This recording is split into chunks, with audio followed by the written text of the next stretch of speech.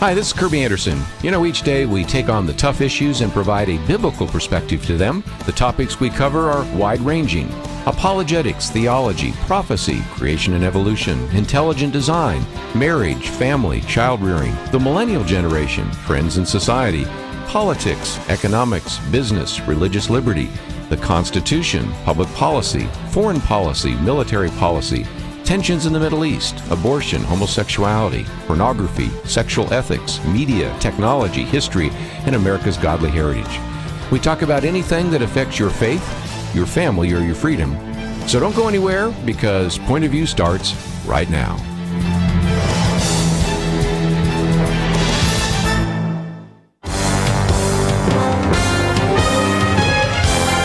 Across America, live. This is Point of View.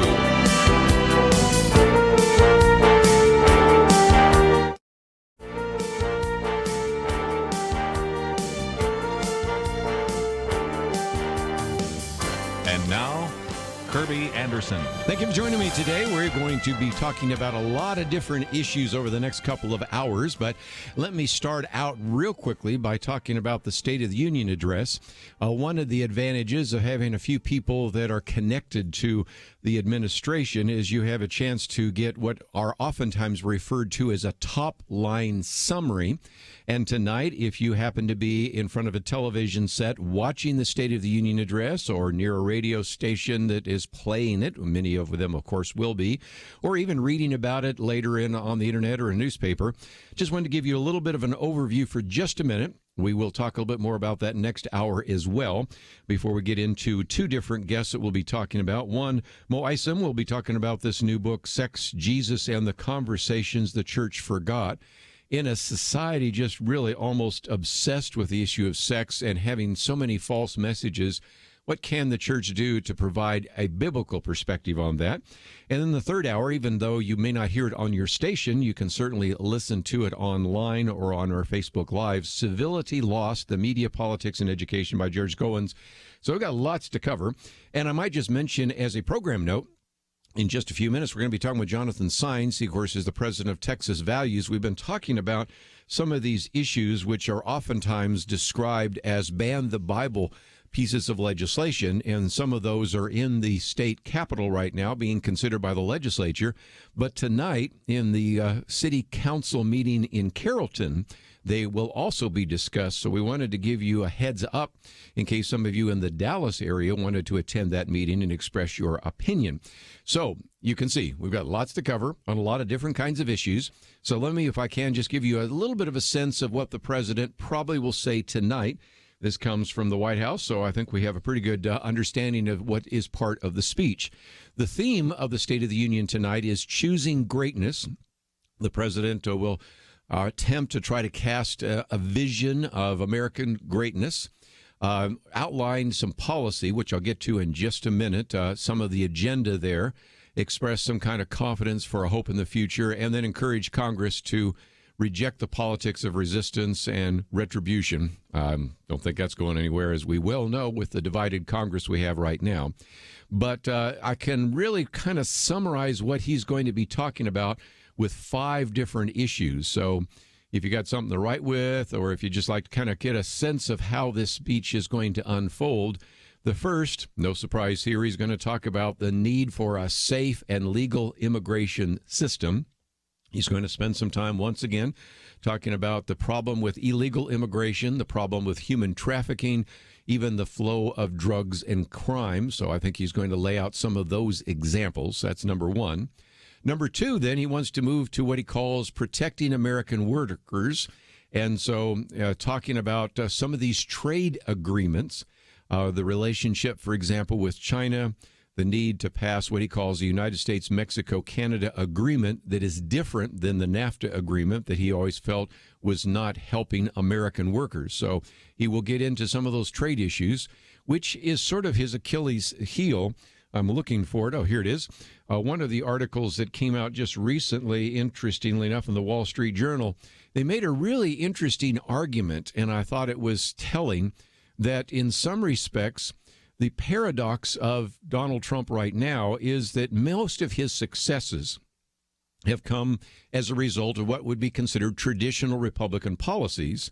His problems have come, well, not the least of which with his own personality and things like that, but that's not the point. We're looking at policy at the moment with the issues on things like trade or immigration, some of those things that are polarizing to other individuals, ones that maybe polarize his base but turn off the other individuals.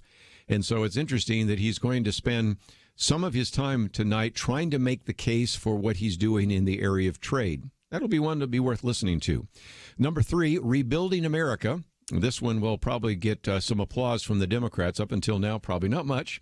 The president will ask Congress to produce an infrastructure package that invests in national infrastructure projects. Now, again, you can be somewhat forgiven for thinking, didn't we pass that under Obama? Oh, yeah, but as we found out under President Obama, even as President Obama said, well, some of these so-called shovel-ready projects weren't shovel-ready. And frankly, a lot of that just went to fill the coffers of some of these organizations. And we still need to work on bridges, roads, and a variety of other things around America. Number 4, the lower the cost of health care and prescription drugs. Both sides should applaud some of these ideas, but you know that will not be the case. He will call on Congress to support their efforts to lower the cost of health care and prescription drugs. And there's some ways to do that. And I think the ways that so far the Republicans have proposed make more sense than the Democrats. But okay, put up or shut up. You know, if you can't at least agree with those ideas that will lower the cost of prescription drugs, what are you going to do? Well, socialized medicine seems to be the answer these days for some, but we'll see where that goes. And 5th and finally, protecting America's national security. The president will give an update on some of the diplomatic and military efforts around the world. Again, one of his more controversial issues for at least some in Congress is the desire to withdraw troops from Syria. I think he'll try to make his case that this was something that could happen without running the risk of turning it over to ISIS, because the argument has been made, whether you agree with it or not, the argument has been made at least that by withdrawing those troops from Iraq, that allowed ISIS to flourish, and by withdrawing troops from Syria, the same thing might take place. So nevertheless, that's kind of an overview of this. He's going to talk about some of his successes and even some of those bipartisan achievements. I would imagine the first one he'll mention, I would think, would be the whole issue of criminal justice reform, which passed both the House and the Senate, was signed by the president, something he actually agreed with, and some of the people in his administration pushed forward. He'll try to communicate that he is a problem solver. He's looking for common sense bipartisan solutions. And it will be interesting when he says that to recognize that while you're looking at him, behind him will be Nancy Pelosi. What kind of face will she make when he talks about those issues? And then, of course, a little bit later, there will be a Democratic response from an individual that ran unsuccessfully for governor of the state of Georgia. So we'll see where that takes us as well. And then we'll try to deal with some of these other issues. He will make the case that the economy is stronger than ever. I would imagine somewhere along the line he's going to talk about the fact that median family income is as high as it's ever been. Unemployment's the lowest it's ever been for various ethnic groups and things like that. And we have provided an amazing quality of life for our citizens, but there's still more to do. I think the biggest difficulty Donald Trump may have in re-election is, first of all, his successes are ones that people can easily take for granted. His controversial issues or his failures are the ones that people will camp on. And there is, unfortunately, this attitude among a lot of Americans. What have you done for me lately? Okay, lowest unemployment, highest median family income. But what next? And he did achieve a lot of the things he talked about a couple of years ago when he was running for the presidency. And by this time next year, there may be some people that say, well, it's been great to have him for 4 years, but we're ready to move on. And so that may actually be a real difficulty for the re-elect Donald Trump campaign. And we'll follow that a little bit later. When we come back, though, I wanted to do just a real quick overview of some material that help us understand a little bit more about not only what's happening right now, but what will happen in the 2020 election. All that coming up right after this.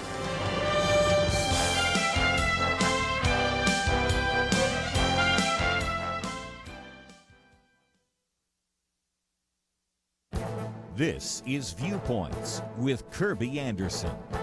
The American Psychological Association recently identified another social problem that needs to be addressed by counselors: traditional masculinity.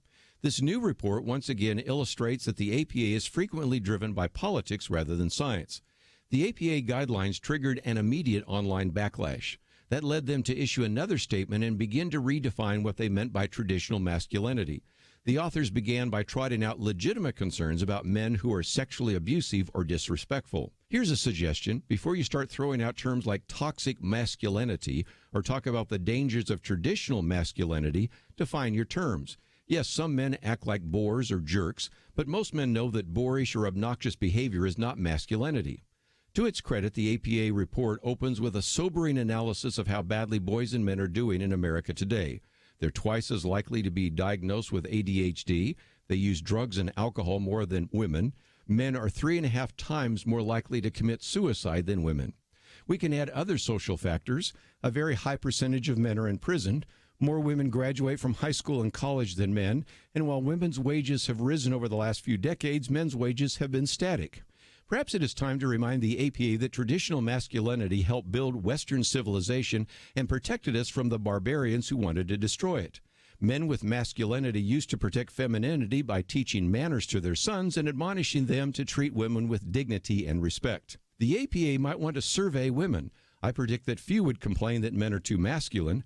Most of them will lament that men today lack masculinity. The APA has it exactly backwards. I'm Kerby Anderson, and that's my point of view. Take Kerby and the Point of View team with you on the go with the Point of View app. Search for Point of View Radio at the Apple or Google Play stores.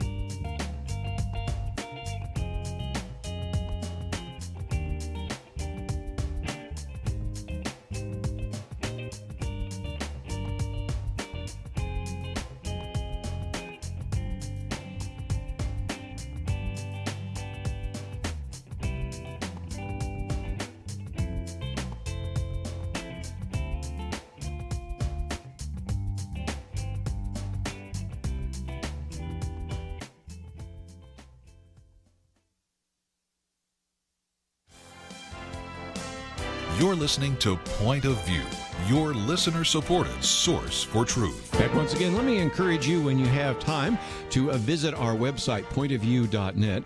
I don't think some people realize that we change that not only once a day, but sometimes every hour or so, depending on some things that actually take place. And one of the changes you will notice if you go to pointofview.net right now is the new banner that says "Go to Israel with Kerby." And that has to do with the fact that this fall, we will be going both to Israel and to Rome. Now, the advantage of going to Israel, of course, is we go to Capernaum and we go to Caesarea, we go to Jerusalem, we go to Masada, we go to also En-Gedi, the Dead Sea, on and on and on. So there is a chance to, first of all, see where Jesus walked and also see so much of the history that is there in Israel. And then we go to Rome. We've never done Rome before, but there again you can go to the Mamertine prison, which we'll go to. So it gives you a chance to see where Paul wrote his prison epistles, like the Philippians and Colossians and others, and a variety of other things. Of course, you also see the Colosseum. We'll even get to see the Vatican. So this is, again, one of those trips that we've had before where you can go to just Israel or Israel and Rome. We've done Israel and Greece last time. You could go just to Israel or Israel and Greece. And Israel is very inexpensive. I had a number of people say, how are you able to do that? Well, one of the concerns I've had over the years is that a number of people have said, I wish I could go to Israel, but it's so expensive. And if you just go to Israel, I think you will find that it's almost half of what some organizations are charging. And the reason for that is we don't bring a big entourage or anything like that. When we're at the Sea of Galilee, we stay at a kibbutz, which is really very nice. I think it's nice. And we, go to nice hotels, but not very expensive hotels. And because of that, we've been able to keep the price down and make it possible for people that have always wanted to go to Israel, but say, I'm not sure I could actually do that. Rome candidly is more expensive, in part because, of course, the Catholic issues and those kinds of things. But anyway, let me just simply say that we have now posted that again. As you click on the banner, it then gives you the itinerary, the pricing, and those kinds of things. And you can, if you have questions, contact Paul Baracca, who's been on the program with us before. I think he'll be here in March. So there's some phones, some emails, all sorts of things. There's a reservation. And I just thought I'd mention it real quickly, if for no other reason than the fact that is we just really only have 2 bus full scheduled. People say, well, if it overflows, could you have more? No, because pretty much right now there's just so many people going to Israel that you have this many rooms set aside. These buses set aside, these plane flights set aside, and that's it. And we're getting close to filling the first bus, and it's only the first few weeks in February, so it's pretty obvious that this will fill up. So if you say, I think I'd really like to go, just put your deposit down, and then that's an opportunity for you to join with us. And if you've never been to Israel, or even if you have, because we'll have 2 buses, I know there'd be a few people that were with us that have been to Israel before, so we might even occasionally split the buses and say, well, if you've been to this, I'll take you to that group, and then Paul Baracca on the other bus will take you to something maybe you hadn't seen before. So even if you have been there before, this might be an opportunity to go again, see some different things, because quite frankly, there is no way you can see everything in Israel, even in a week. But those are just a couple of options that I wanted to mention, and they're available on our website, pointofview.net. Yesterday, I did mention in the other hour, but I know that many of you perhaps didn't have a chance to hear that there is an interesting chart that we posted yesterday, and it's associated with this particular article that Nicholas Phillips wrote. He's a law student. It's called The Sham of American Centrism. And what he did was actually show that if you plot out on a chart where the x-axis represents economic views, and on the right-hand side would be conservative economic views, on the left-hand side would be liberal economic views. In other words, on the right-hand side would be a supporter of the free market, left-hand side maybe a supporter of socialism. And then on the vertical axis, the y-axis, you have social conservatives at the top, social liberals on the bottom. Then you wouldn't be surprised that you would say that a lot of the people that listen to this program, who would be pretty much social conservatives and social conservatives as well as economic conservatives, would be in the upper right-hand quadrant.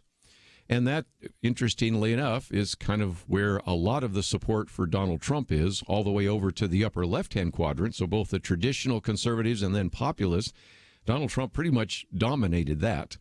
Then if you look down below, those who would be social liberals and economic liberals would be in the lower left-hand quadrant. And that's pretty much where the people that voted for Hillary Clinton are. As a matter of fact, they're not even just in the lower left quadrant. They're in the most extreme parts of it. Some of them are just hugging the furthest line over.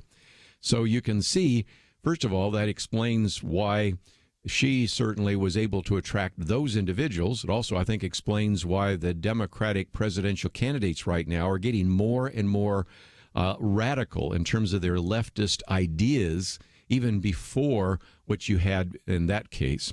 But anyway, one of the reasons Nicholas Phillips pointed that out is that Howard Schultz, the former Starbucks CEO, actually would be considered to be a social liberal and a fiscal conservative. So he'd be in the lower right-hand quadrant, where all of about 3%, a little 3.8% of the popular electorate is. In other words, it's kind of no man's land. So it's just, first of all, a way to say that anybody that's trying to run for the presidency and actually only has views that 3% of the population actually agree with is not going to do well in the primary or general election. And it also, I think, explains exactly why so many people in the Democratic Party right now are not only liberal, but liberal both on social and economic issues to the extreme. And we, I think, can see that by looking at that chart. And so it really will be interesting. And one last point I might just make is Donald Trump, in some respects, has really created what's called a big tent. There has always been a discussion about, can the Republican Party be a big tent? And in some respects, it's been a bigger tent than the Democratic Party, because just think of the issue of abortion we've been talking about over the last couple of days. You have most Republican candidates who are pro-life, But you do have some Republican candidates and Republican office holders who are pro-choice. But find me more than one or two people in the entire country that are Democrats that are pro-life. And so I think you can see that issue. More importantly, you look at how Donald Trump not only attracted the traditional conservative types of individuals, the conservative social issues, conservative economic issues, but also attracted others that would be populist who would be maybe a lot less conservative on economic issues. And you can see that he has reached out to broader constituencies than, say, Hillary Clinton has. And now when you start thinking about individuals like Kamala Harris and Elizabeth Warren and others that are wanting to even attract more radical kinds of individuals with radical kinds of policies, you can kind of see where that might take place. So anyway, I just thought real quickly I would mention that is something that we posted yesterday. I have a commentary coming out about this time next week that you can read about. But one of the other commentaries that I have coming out on Monday is something else, and that is if you've gone more recently to the Prager University videos, PragerU, there's one that's out just a couple of weeks ago by the Canadian Prime Minister, Stephen Harper, in which he said, I didn't know if Donald Trump would be elected, but I thought that he could. And the reason for it is due to some of the research being done actually in England over Brexit and things like that. And David Goodhart, actually in his book, The Road to Somewhere, says there are two kinds of people that can live anywhere and people that have to live somewhere. The anywhere people, he says if you work for an international bank, a computer company, a consulting firm, you can wake up in New York, London, Singapore, and feel at home. You're not really threatened by import competition. You're not affected too much by technological dislocation, not really even affected that much by political policies. But if you're forced to live somewhere, you're a factory worker, a small business person, retail sales, if things go bad for your company or policy choices by politicians turn out wrong, you can't just pick up and leave. And the bottom line is the people that are the somewheres are affected quite a bit by bad policies that are oftentimes enacted by the anywheres. And the point he's making is that what happens is a lot of the people in the elite areas, elites in government, elites in the media, elites in business, they're kind of unconcerned about the disruptions that affect you and me because we aren't the anywheres. Most of us are the somewheres. And so he said he was convinced that just as he had seen some of the revolt, if you will, from the somewheres over things like the European Union and Brexit, he thought maybe that would actually happen in the United States, and it has. So, again, I got a couple of commentaries coming out next week that, if nothing else, help us understand a little bit more about the 2016 election. And as we look ahead to the 2020 election, maybe gives us some ideas about how that might indeed turn out. That's all we have for this segment. When we come back, we're going to talk to our good friend Jonathan Saenz. We've been hearing about the Ban the Bible bills.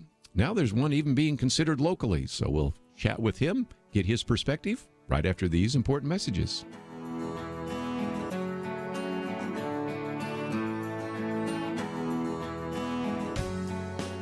The leader looked around the table, motioning to the older men. He said, "You're here to remind us how faithful God has been in the past. Now, you middle-aged guys, you keep us focused on what God is doing right now. Make sure we don't stop. And you younger guys, keep us looking forward. Imagine what God wants us to be doing in the years to come." There's a lot of wisdom there. We have to be thankful for the past, focused on the present, and mindful to plan for a great future. Many listeners have made bold moves to partner with Point of View Radio and accomplish great things for more than 45 years. But as we look around, we do see many positive things, and I think we can all admit there's a lot more to be done. It's time to think about your next bold move, what you can do to invest for our nation's future. Be thinking about that. If you have an answer now, don't wait. Make your next bold move now. Give online at pointofview.net or call 800-347-5151. It's our future. The time is now. Pointofview.net and 1-800-347-5151. Point of View will continue after this.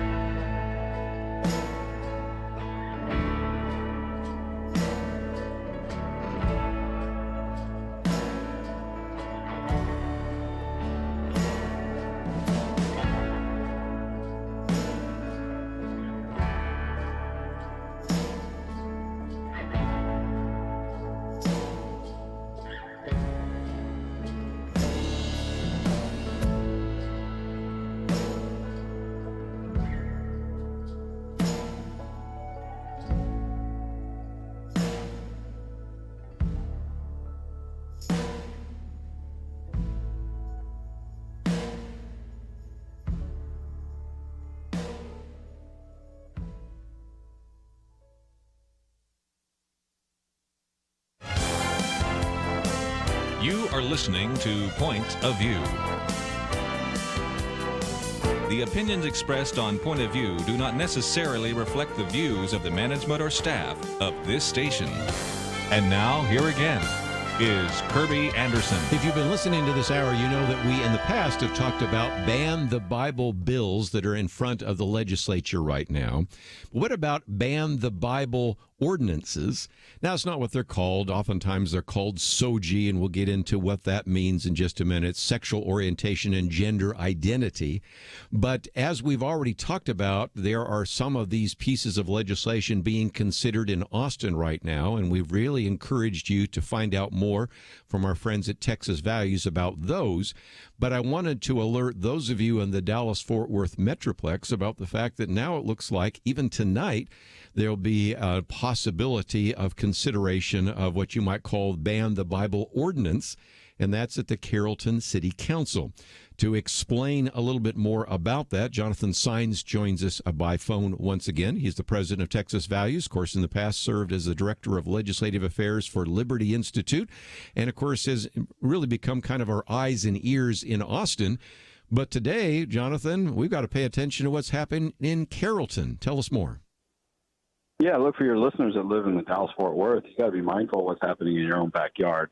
And I'm sitting in the gallery here at the Texas Capitol. Governor Greg Abbott just finished up his State of the State speech, similar to what you'll see tonight with our president giving the State of the Union. So a lot about what's happening in Texas and a lot to celebrate. I mean, look, when it comes to Texas, we are number one in a variety of different industries, job creation, unemployment rate is at historic lows. I mean, just a variety of different things that it's good for people to realize that the state is number one on.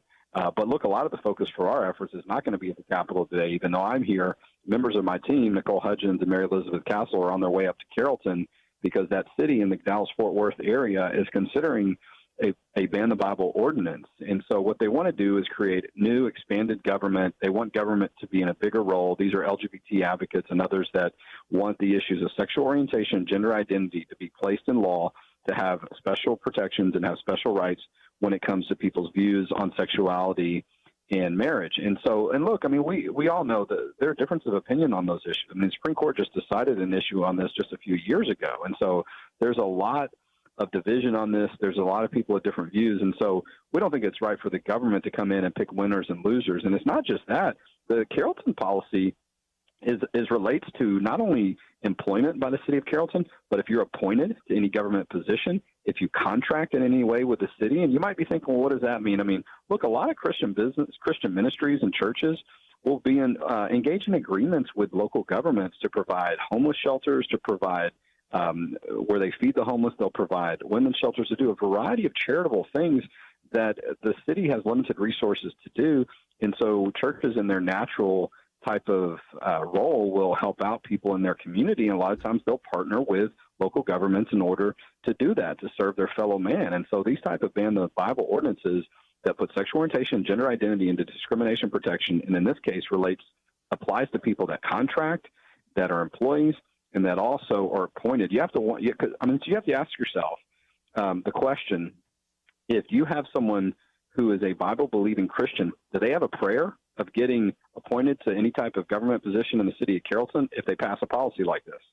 The other question that you might want to ask is, again, the way in which, in some respects, some of these cities and states have said, we appreciate the, quote, ministry that you have, but you have to do it our way. And since you've got a Catholic background, let me have you speak to that for just a minute, because in the state of Massachusetts, the Commonwealth of Massachusetts, you had Catholic charities there for more than 100 years providing adoptions. And if they had a LGBT couple come to them and said, we want to adopt, they said, well, that's not something we do because we have our Catholic values, but here we'll let you, we'll actually refer you to an agency that would allow you to adopt a child.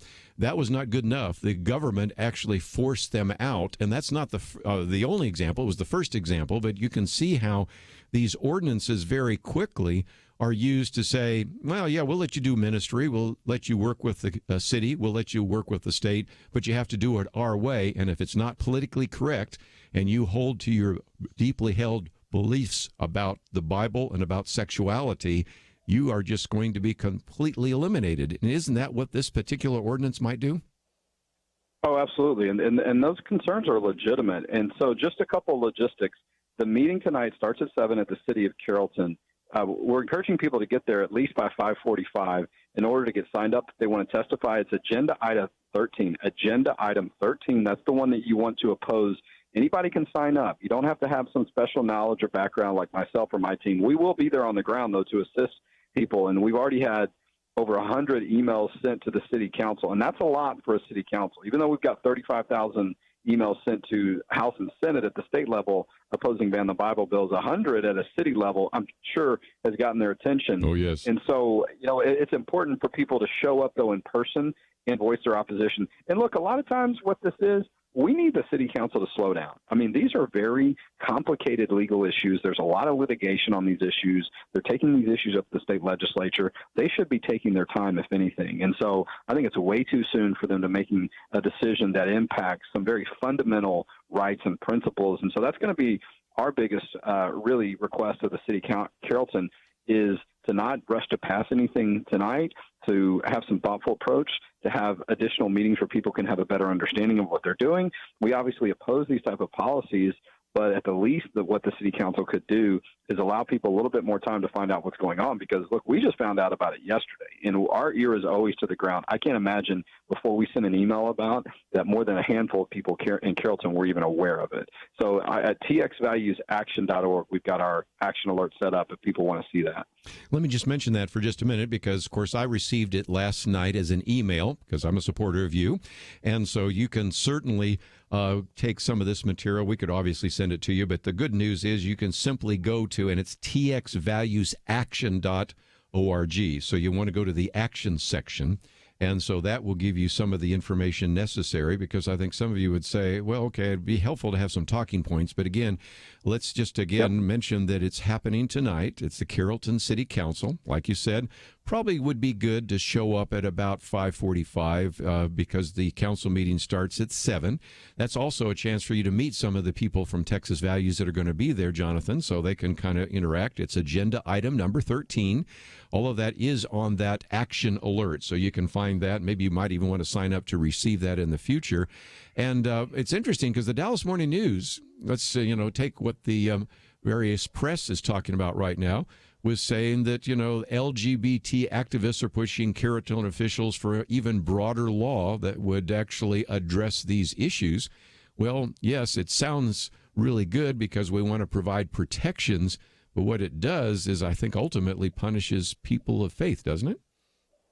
Yeah, well, I mean, and look, you have people that live in these communities, as we've seen in other cities where this issue's come up, that they work together, even though they have some differences. They respect that people, see issues differently, but when they're trying to serve people, they're trying to run their business, they try to have that mutual respect, and the fact that, people have different views and they operate their business or their ministry based on those fundamental biblical-based views. And so that is just a part of what we enjoy in our constitutional rights here in America, being able to respect the fact that people have different views. The government should be punishing people because of that, and they shouldn't be putting sexual orientation, gender identity into a position where it can be used that way. And so sometimes you'll have the city government leaders, oh, that's not what we're trying to do, but that's how it will be used. I mean, and to your point from the Dallas Morning News, the article makes that clear. Yes. That LGBT activists, that's exactly what they want to do. And let's look at other places where we've seen this happen. You talking about my background as Catholic. I believe it's in California or another state outside of Texas where you've got Catholic or Christian-based hospitals. They're being sued. Yes, they are. By people who are using these sexual orientation, gender identity policies to force these faith-based, these Christian hospitals to perform surgeries for someone who's a man who wants to become a woman. This goes against some very fundamental Catholic doctrine, and that's something that those entities have never done. And so it's something that they already have a principal policy on before it ever became an issue lately on some of these sexuality issues. And why should the government be telling the private churches and private hospitals what to do on their property? And so, but that's what we see. I mean, it's no longer from that side, LGBT groups saying we want the government to stay out of our lives and allow us to do whatever we want. They now want the government involved in these decisions, and they want them to make a decision that goes against what people of faith believe. And they don't want to have, they don't want people to be tolerant or to coexist. They want to win.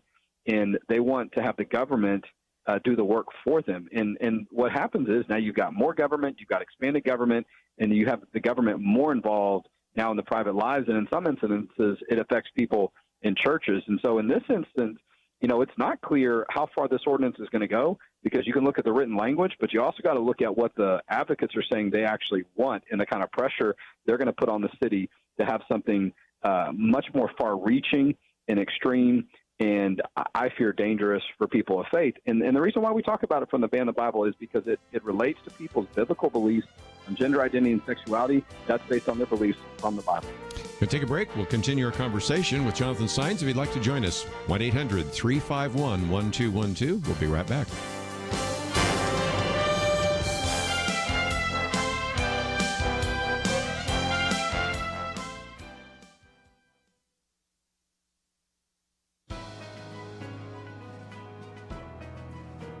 Welcome to the First Liberty Briefing. I'm Jeremy Dice. Supreme Court Justice Samuel Alito recently gave remarks to a group in New Jersey. His 45-minute presentation proved to be quite sobering.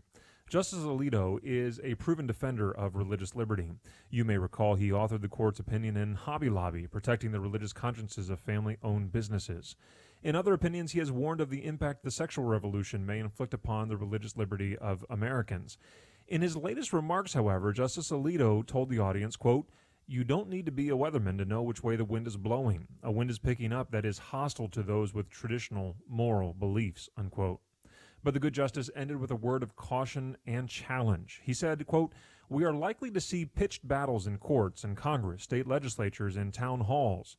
But the most important fight is for the hearts and minds of our fellow Americans. It is up to all of us to evangelize our fellow Americans about the issue of religious freedom," unquote. That's where you and I come in. Freedom, and especially religious freedom, is not a given in human history. It is something each generation must renew for itself. Telling the story of religious liberty and its blessings to one another is part of our responsibility as Americans. It's also how we preserve liberty. To learn how First Liberty is protecting religious liberty for all Americans, visit firstliberty.org. You can learn how to protect religious freedom in the workplace, public schools, your church, the military, and more by downloading First Liberty's free Religious Liberty Protection Kits at firstliberty.org. That's firstliberty.org. If you want hope for religious freedom, go to firstliberty.org.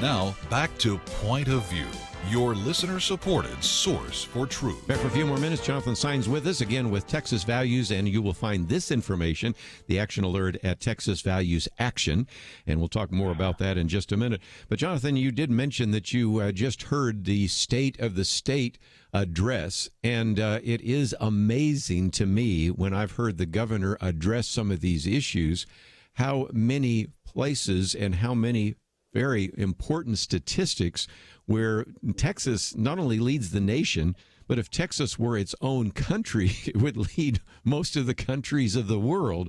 And we, I think, unfortunately take that for granted and need to keep track of that because we have a governor's race and a variety of other ones coming up in the future. And that's why we just need to be reminded from time to time how good we really have it in the state of Texas. Well, look, and you know how we are in Texas sometimes. we're not afraid to talk about what we're proud of in the Lone Star State. But, it is nice to hear, and not that there's not still work to be done, but the Texans have worked really hard, and our elected officials have worked really hard to address things related to health care, to education, to school safety, and a lot of attention focused this session, of course, on property tax relief Yes. and raising teacher pay and things of that nature that are extremely important, but obviously a reflection on things like Hurricane Harvey and a lot of relief that's needed and adjustments that are needed to relate to responding to those issues, the fallout, the impact, the damage, the suffering that people had. But a little moment, too, to reflect on some of the heroes. And just a few people that got noted and mentioned here on the floor today, some individuals that were a part of the response and the relief and really the rescue effort of Hurricane Harvey. You remember a lot of that was going on in those early moments. And look, I'm from Houston, so it was something that I was paying attention to quite a bit and doing everything I could to ensure the safety of my family members there. But, so much of those efforts were religious-based ministries, and there were some that had to deal with the federal government or other government entities. That's right. Where they were being treated unfairly, and a lot of the churches were being used as shelters, if you will, or places that the government needed. So, and that's what's amazing. When you think about the body of Christ, when when things happen like that and tragedies happen, disasters happen, so often the church steps up and says, what can we do? Use our resources, use our space. But the way that they can continue to do that is if they don't have policies like this one they're proposing in Carrollton and other places where they try to put sexual orientation, gender identity into law, and it often is used as a way to actually have an advantage if there ever a difference of opinion on those issues, and they're used to shut out and tell Christian ministries and Christian business owners that they have no place in helping their fellow man and in being a part of community efforts. And so, but, Governor did a great job. You'll see some headlines on this. He concluded his speech with saying, I don't know if he was joking or serious or what, but that they were going to work to try to reinstitute the Texas A&M football game. Mm-hmm. I imagine listeners in other parts of the country might be a fan of that as well. We'll see about that. That would be interesting. Of course, as a University of Texas graduate myself, and Governor Abbott being a Longhorn himself, that got a lot of attention. It was an interesting way to conclude. But, we take it seriously, our responsibility in the state of Texas. And so, and one of the areas it wasn't mentioned, but I do think you'll see a lot talked about, is how we protect life. I mean, we just concluded January, a lot of attention on innocent human beings and the attack on them. We saw in New York and Virginia how they're now going to start doing these late-term abortions that really were rare, if at all, and now all of a sudden they're going to pass these new laws, and you're likely to see more of that happen. I mean, it breaks your heart. And look, I represented with First Liberty, I was a part of a team representing a young boy who had an attempted procedure performed on him at 40 weeks, Kerby. We're talking full term. And somehow he survived, and he helped tell his story at the U.S. Supreme Court to prevent the use of late-term and partial birth abortions. And so I imagine that might get addressed in the State of the Union address tonight. We'll see. But there certainly will be a lot of work done on the life issue here at the state of Texas as well. Let's again give everybody some marching orders. First of all, let me talk about Austin for just a minute. On March 13th, you have the Texas Faith and Family Day. And you've got a number of sponsors, obviously Texas Values, CWA, as well as Texas Homeschool and Texas Eagle Forum and others. So that would be a great day to connect up with our friends there at Texas Values. Then they'll send you off to meet with your legislator. And if you've never been to Austin, never had a chance to see what is taking place at the Capitol, there is the first action item in March. But tonight, for those of you at least in the Dallas area, this is tonight, Tuesday, February 5th, Carrollton City Council. It is going to begin at 7 o'clock, but they're suggesting you get there about 5:45. Agenda item number 13.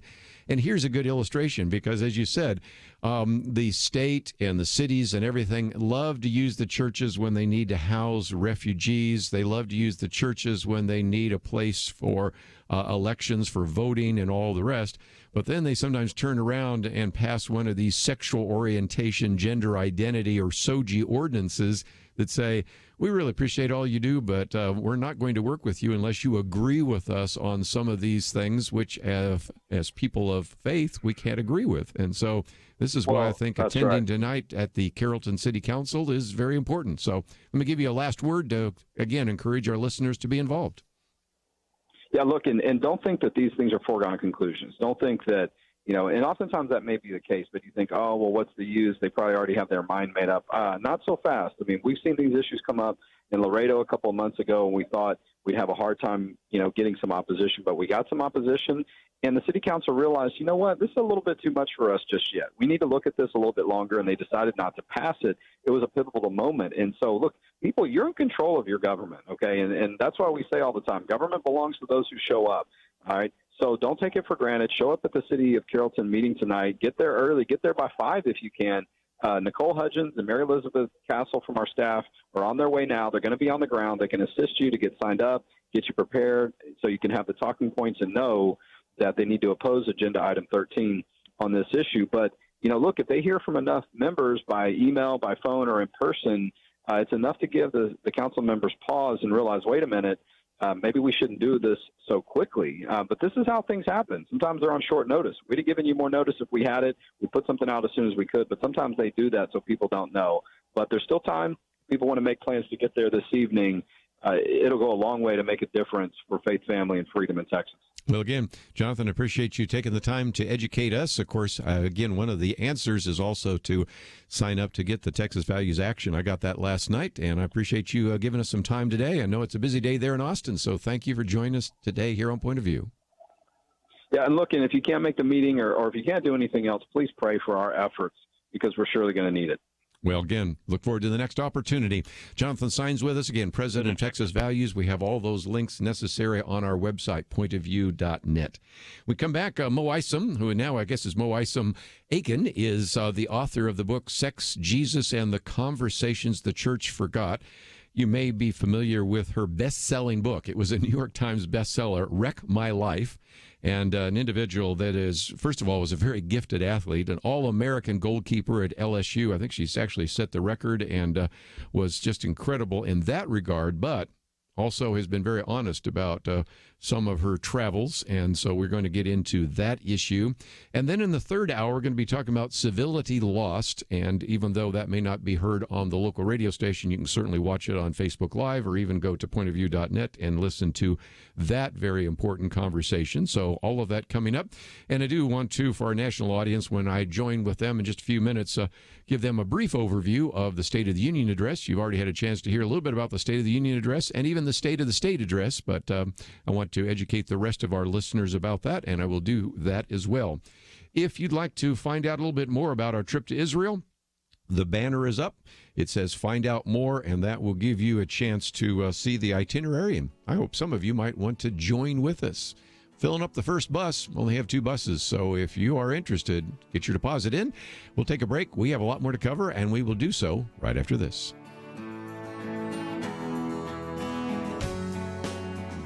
Why should you become a partner with Point of View Radio?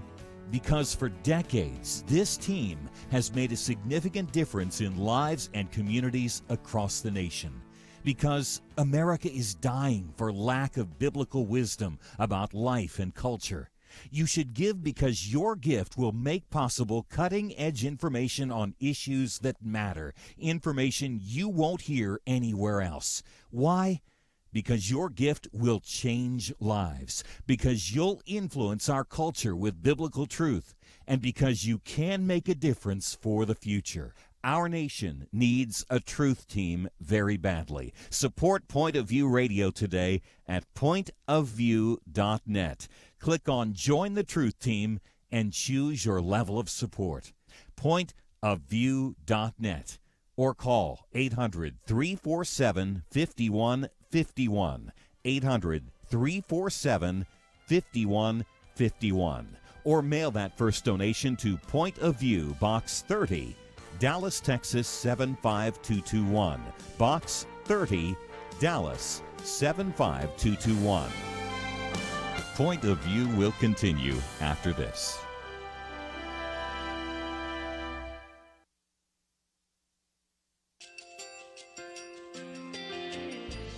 I just want to thank you so much for all the wonderful programming you have.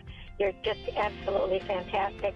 I recently started listening to Point of View, and I really found it interesting because of the different subjects you cover. Thank you for that. I really appreciate everything that you do in keeping us informed. Thank you, Kerby, for everything that you've been doing. I appreciate all the work that you're doing, advocating for the Word of God. Thank you so much. Point of View, I think, is absolutely necessary because it's a Christian perspective, a biblical worldview perspective, and receive very current, up-to-date information about what is really going on, week to week in our culture, which is changing so rapidly, and yet it's morally sliding backwards. Yeah, first of all, I thank you guys. Y'all's program is wonderful, and enjoy it every day. I learn so much every time I listen to it. Point of View Radio Talk Show.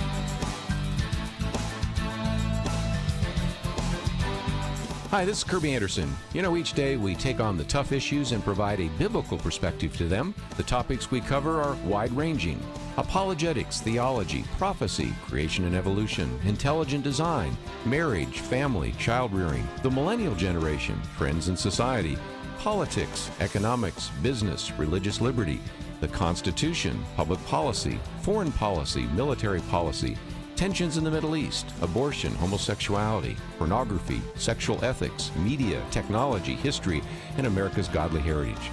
We talk about anything that affects your faith, your family, or your freedom. So don't go anywhere, because Point of View starts right now.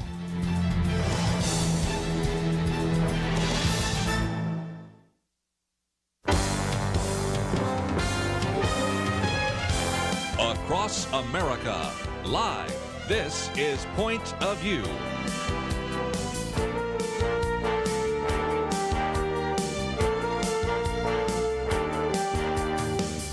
And now, Kerby Anderson. Thank you for joining me today. In just a little bit, we're going to get into one of our interviews, but I thought just before we do so, I did want to acknowledge that tonight is the State of the Union address.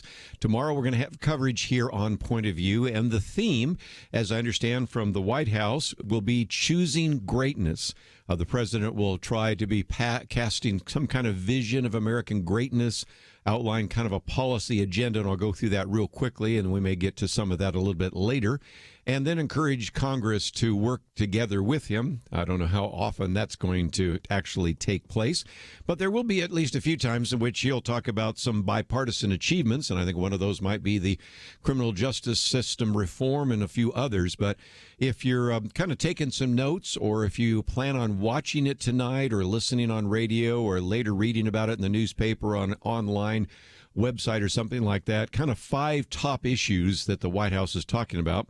The first is safe and legal immigration system. No surprise there. He'll talk about the need to stop illegal immigration, human trafficking, and the flow of drugs and crime.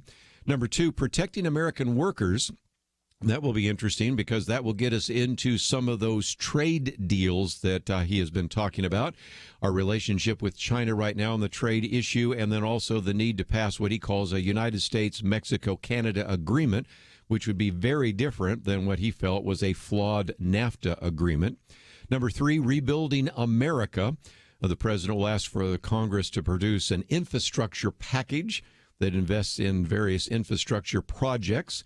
Then number 4, lowering the cost of health care and prescription drugs, calling on Congress to work with the administration to lower the cost of health care and also lower the cost of prescription drugs. And there have been some ideas put forward. We'll see whether or not that gets applause from the Democratic side of the aisle or not. And then number 5, protecting America's national security. Update Congress on some of these diplomatic and military efforts, probably addressing the issue of whether or not it's prudent to withdraw troops from Syria, and a variety of other issues as well. So again, talking a little bit about bipartisan achievements, calling for common sense bipartisan solutions. And if you watch it on television, recognize that sitting behind him will be Nancy Pelosi, Speaker of the House, and we'll see how she reacts visually to some of those calls for bipartisanship and the rest. And again, trying to cast a vision for greater security and peace, and no doubt spending a fair amount of time talking about the fact that he believes that the American economy is stronger than it's ever been, and we'll get some of those facts and figures tonight. And we'll recover and try to repeat some of those for tomorrow's broadcast right here on Point of View. So that's coming up tonight, and we'll talk about it tomorrow. And until it happens, I guess we'll just wait. And that gives us a chance to focus on 2 books the next 2 hours. The first one, I want to give a parental advisory, because the title of this book is Sex, Jesus, and the Conversations the Church Forgot. And if you have been with us before, even yesterday, in my first hour, we spent some time talking with individuals that run a pregnancy resource center, and we recognize that as important as those ministries are, that's sort of downstream from earlier decisions being made by individuals who become pregnant. But more than that, we are living in a world that is obsessed with sex, whether it's kids that are addicted or even adults addicted to pornography, various kids feeling pressured into a relationship. After this program today, I'll be at 2 different board meetings, one for Point of View and one for another ministry that actually helps young people in high school and even in junior high school to really begin to think about their dreams and goals and to reevaluate whether they want to get involved sexually. And even individuals that have tried to keep their lives pure, they see some of these images on television, they sort of maybe think, what's wrong with me? So the author of this book is Mo Isom, now Mo Isom Aiken. If you are not familiar with her, she, of course, wrote that best-selling book called The Wreck My Life. And as an individual that many of our listeners in Louisiana might remember, she was an All-American goalkeeper for the Louisiana State University soccer team, holds the record there as well, and is an individual that has been very much involved in the athletic part of that area, but also shares some of her own travels as well. So, Mo, thank you for joining us today here on Point of View. Oh, thanks so much for having me. I appreciate it. I might just mention, of course, people can follow your blog, and, of course, you have a very active ministry of speaking as well. And many people may have seen your book. Maybe even some of our listeners have read your book, Wreck My Life. In some respects, this brings us back to that issue because if you know anything about your life story, you made some choices that probably not everybody would have made, and yet your concern is that at a time when the world, certainly the American culture, seems obsessed with sex, the church has been kind of relatively silent about that. Tell us more. Yeah, it was actually initially writing Wreck My Life, where I was trying to capture, in 50,000 words, my testimony, my story. I realized that amongst all of the other facets of my story that involved identity issues and an eating disorder, the suicide of my father, a horrible car accident, a lot of big life circumstances that really shook my faith, there was kind of this narrative that wove right alongside all of that story of brokenness, then of encountering Jesus and of incredible redemption and clarity. And that narrative was one of sexuality and of sex and of my understanding around those things, around my worth, around, how to grieve properly. And all those things kind of married together. And so I'm writing Wreck My Life and realizing, wait a second, I can't just make this, the sexual narrative of my testimony, I can't squeeze it into a chapter. This is a whole conversation that needs to be unpacked. And catalyst amongst people as best as I can from my own experiences. And so that kind of gave birth to the second book, Sex, Jesus, and the Conversations the Church Forgot, of really focusing in on that layer of my life, which for every living, breathing human being, there's the layer of sexuality to our lives. And it got to walk through, I guess, my testimony and my narrative from that angle as well. And catalyst or start a number of conversations that either were never had with me and affected my decision-making, affected how I saw myself, or were had improperly and confused me, or, maybe were had and because of my circumstances at the time I didn't want to hear. It just kind of unpacked the story piece by piece. And what was a narrative of, like I said, a lot of brokenness and then encountering Jesus and a lot of incredible redemption.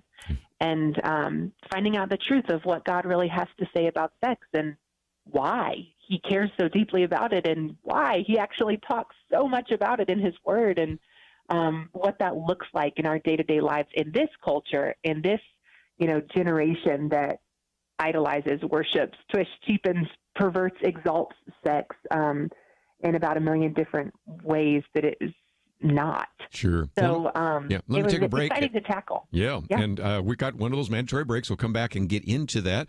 Let me just mention it is published by our friends at Baker Books, about 180 pages. When we come back, we're going to talk about the church, because one of the things you say is all the church talked about was not having sex, always boxing sex into the confines of do's and don'ts, rights and wrongs. Want to get into that. And then, of course, just share a little bit more of your own testimony. Sex, Jesus, and the Conversations the Church Forgot. Mo Isom with us, best-selling author. We'll continue our conversation with her right after this.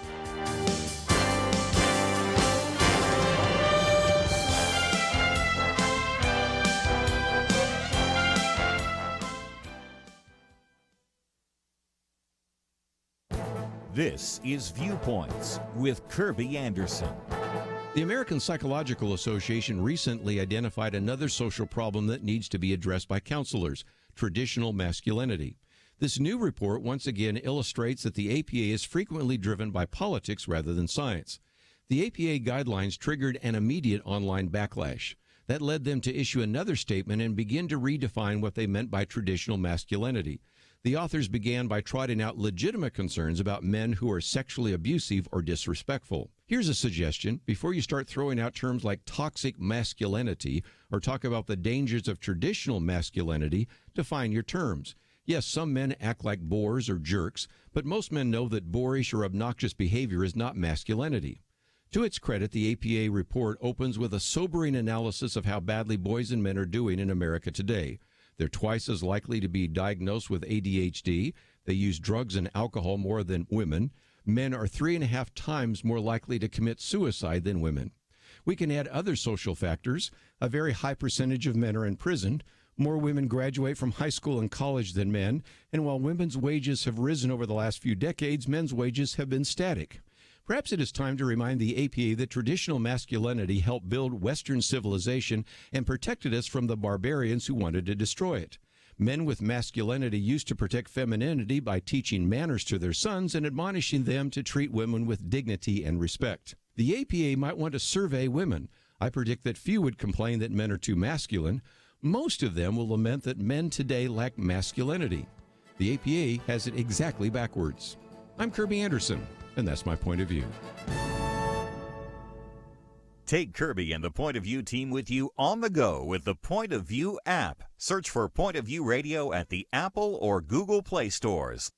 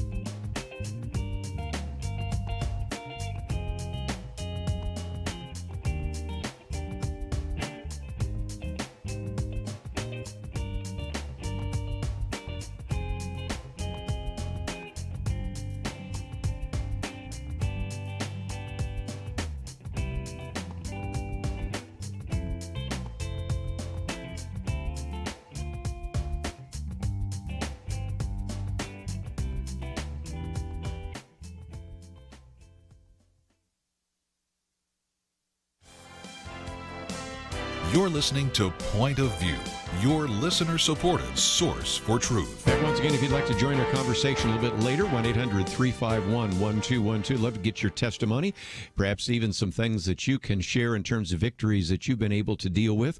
Again, a parental advisor, because we are talking about this book, Sex, Jesus, and the Conversations the Church Forgot. Won't get into it in any real detail, but just wanted to mention that as a possibility. Mo Isom with us, Mo Isom Aiken, actually. And again, it is published by Baker Books, and you can also, of course, find her earlier book, Wreck My Life, Journeying from Broken to Bold. But this particular one really gets into the other aspects of sexuality. And I mentioned before we went to the break that one thing she said is all the church talked about was not having sex. And I appreciate the fact that sometimes the church does address that issue. But my argument, Mo, oftentimes has been that parents better start talking at a very young age to their kids about sexuality and a biblical view of sexuality, because they're going to encounter false ideas very quickly. In the old days, I'm an old guy around here, so I'll use my example, that you ask the typical guy when he first saw a naked woman, and it was probably some Playboy magazine that somebody's father had, and they looked at it, and that was maybe in their teen years. These kids now, if they're fiddling around with an iPad, before they even make it to kindergarten, might accidentally stumble on something. So there is such a need like never before to address this issue of sexuality, and I know that you agree.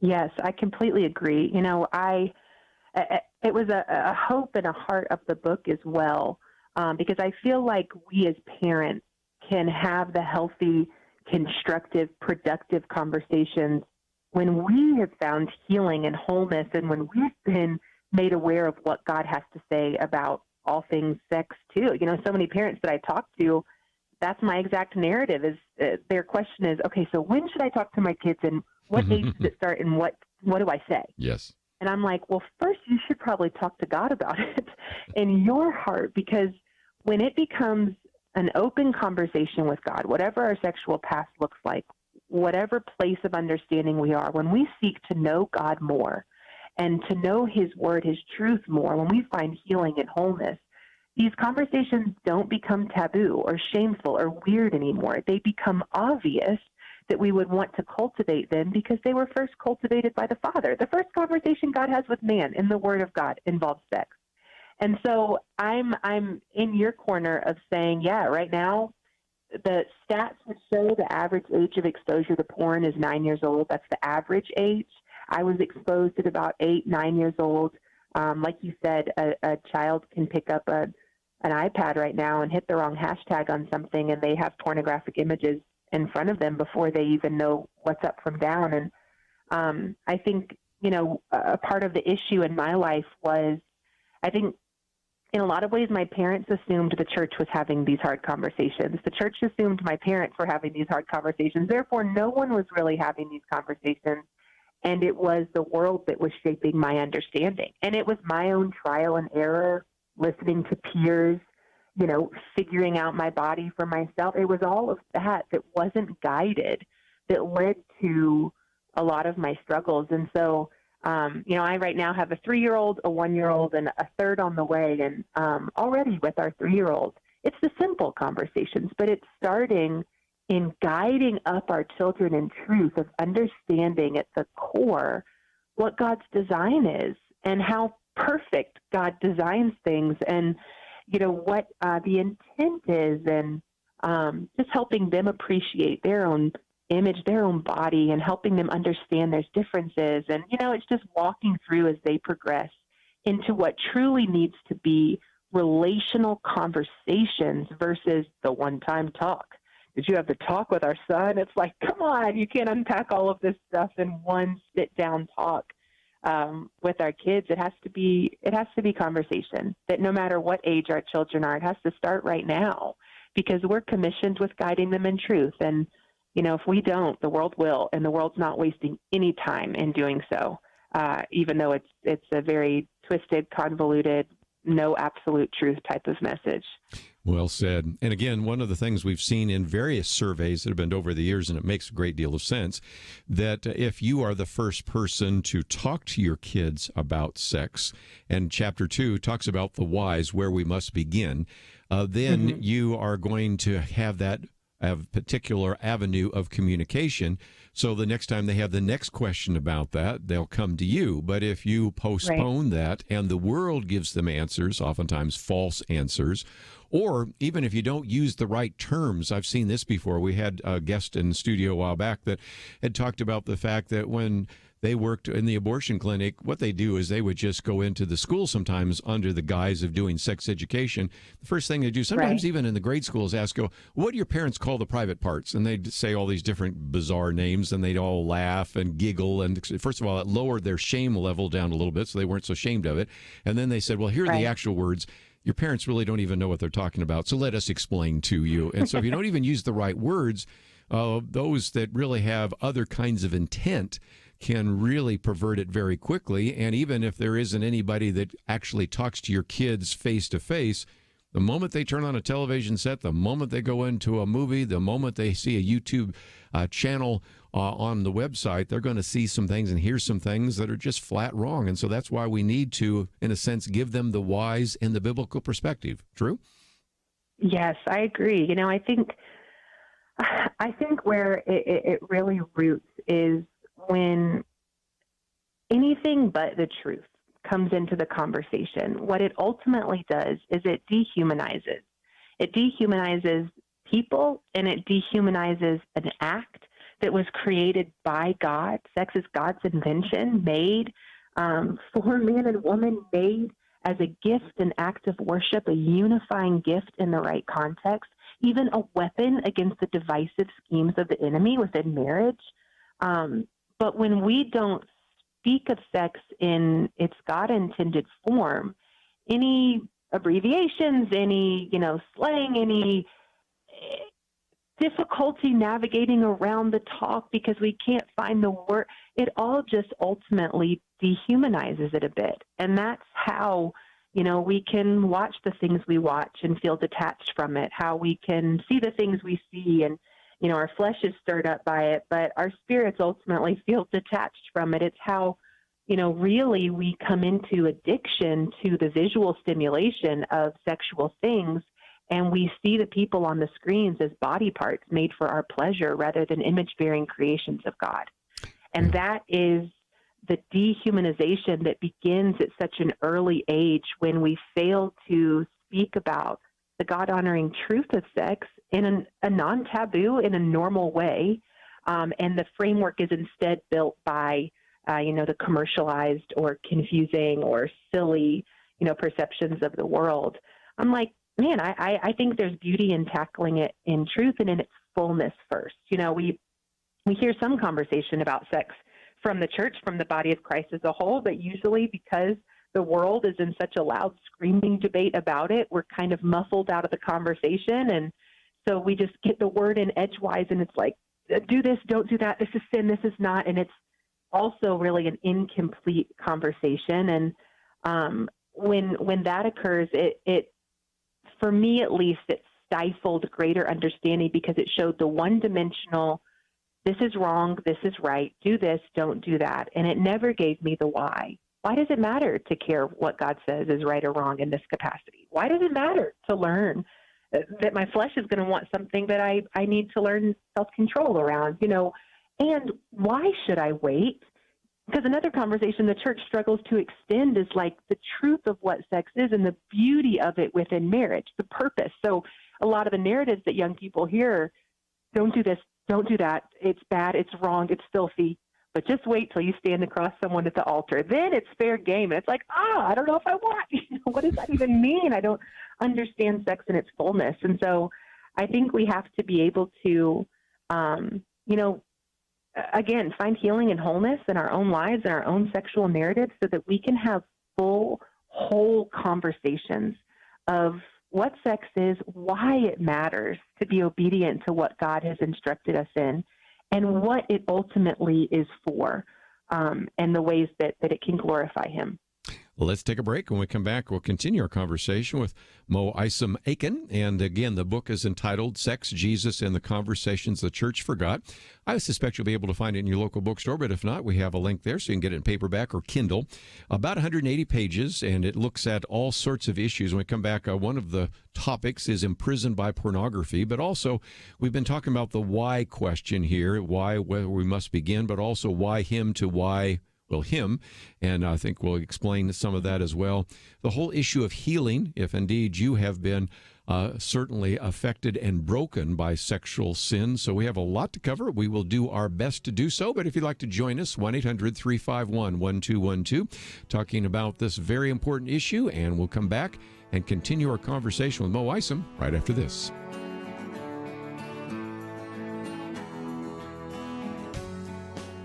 Question, do you have a health insurance plan you are not happy with? Well, Bethany and Jason thought they were stuck. Their plan just kept getting more expensive, and Bethany's favorite doctor didn't even take that plan anymore.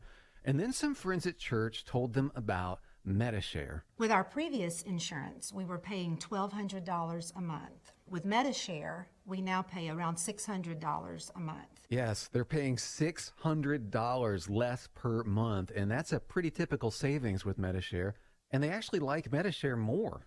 I was able to go back to my original doctor that I absolutely loved, and it's just been an absolutely beautiful thing being a part of Medishare. Yeah, so they pay a lot less, and they like it more. No wonder Medishare is growing so fast. Find out more. They're super easy to talk to. All you have to do is call 855-90-BIBLE. That's 855-90-BIBLE. 855-90-BIBLE. It takes a team to win. Be part of Point of View's Truth Team and bring truth and healing to America. Go to pointofview.net/team, pointofview.net/team, and 800-347-5151.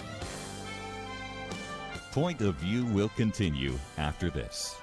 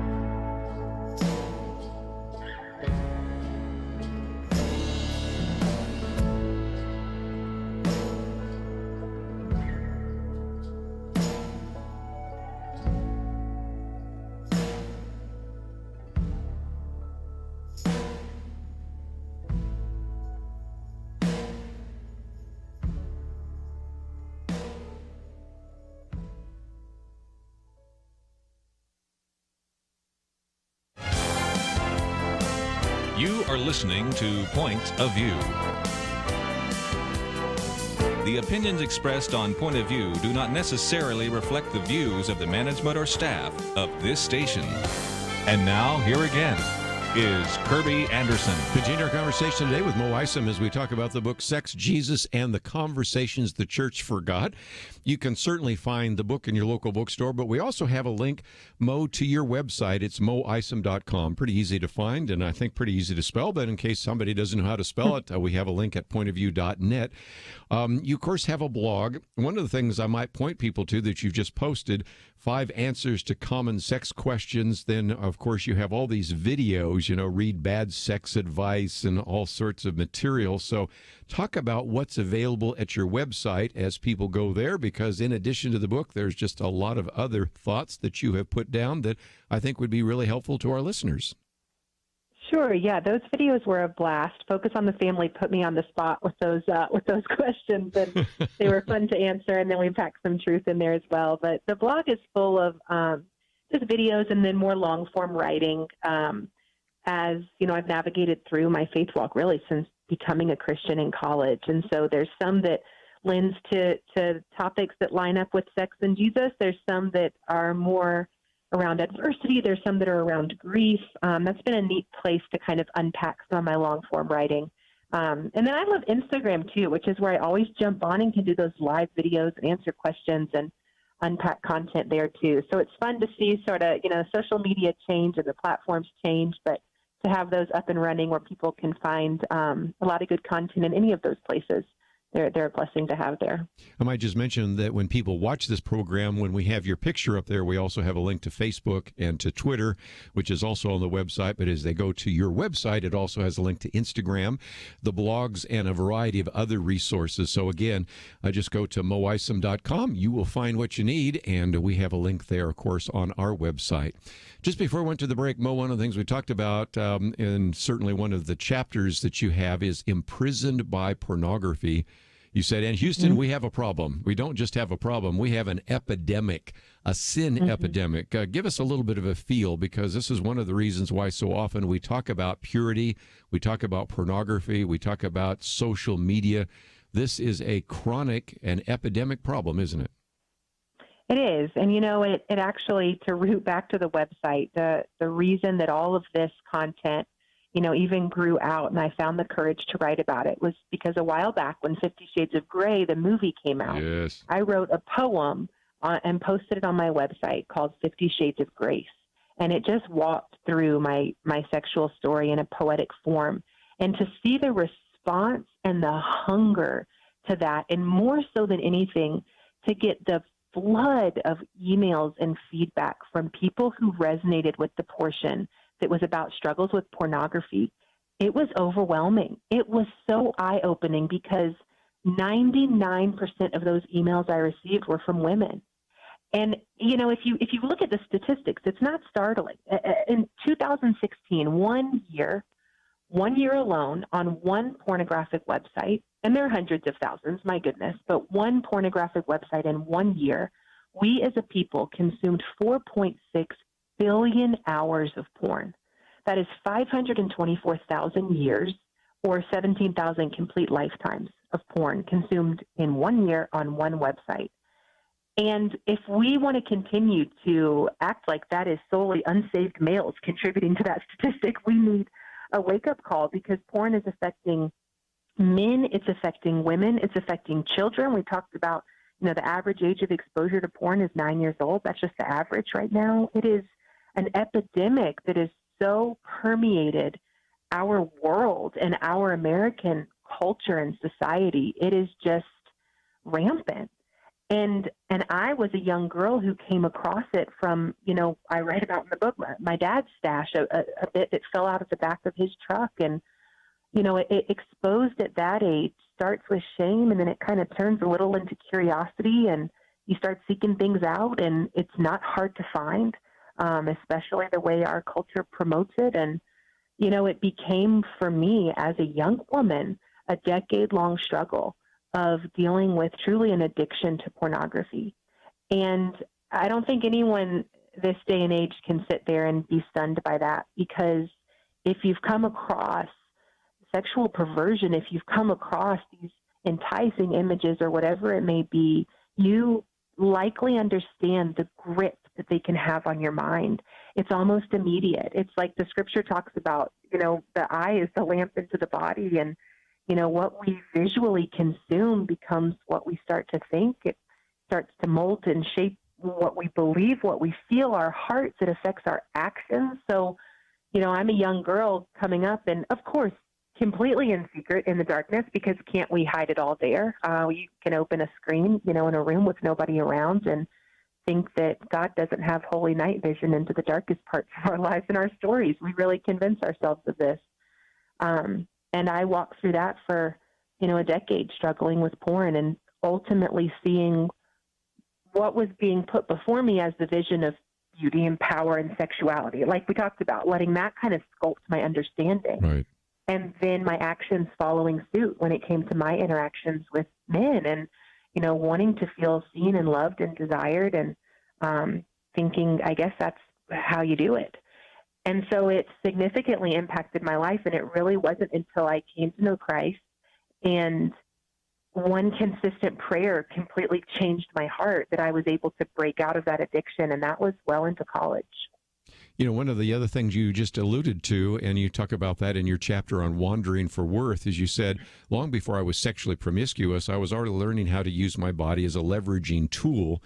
And again, even though you might have rolled your eyes, you said, when you had honks or catcalls when you're out jogging, it did kind of give you affirmation. And after a while, speak to that issue, because this idea of sexual appeal or sex appeal, that you also talk about, is a very significant stumbling block. It is, and ultimately in a healthy state of mind, we can understand that it's just really primitive. It's as simple. It's our easiest tool, our sexuality, our bodies, our power in making someone feel valuable and worthy. It's just rather primitive. It's rather animalistic. It's very strong in us.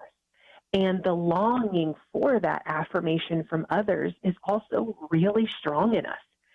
And, like I said, I would, roll my eyes to the catcalls or the honks, but I kind of puff up my chest a little too, because it feels good to be liked and to be desired. And, what that robs in us ultimately is the fact that there's far more to us than our sexuality, than solely our bodies, and solely that kind of power play that we can have.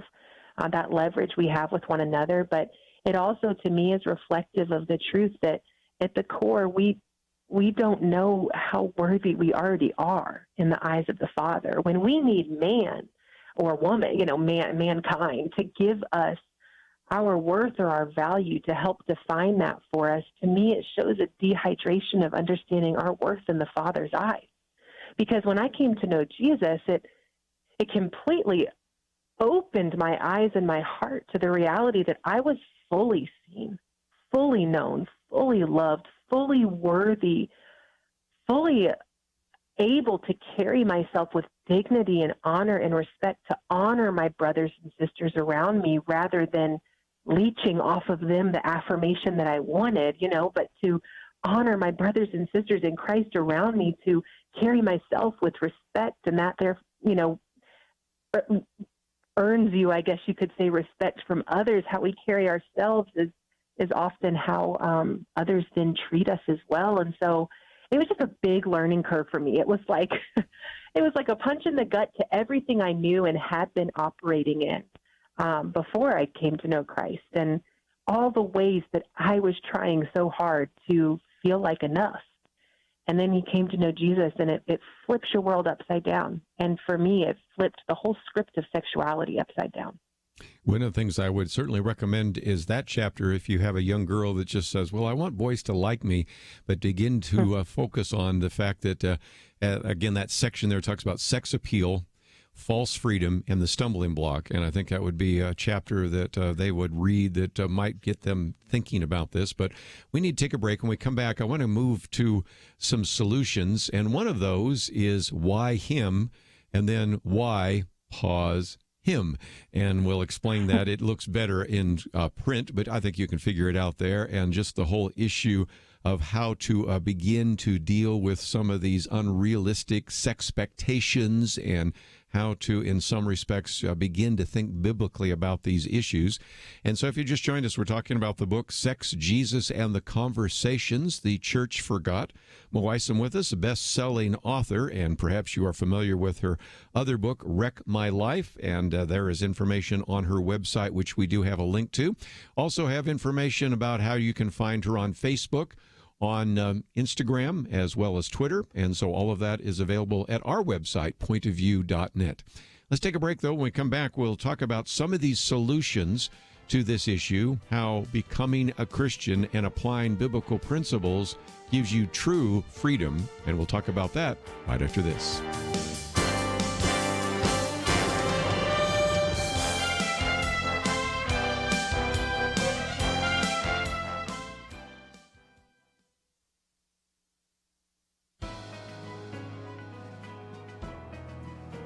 Welcome to the First Liberty Briefing. I'm Jeremy Dice.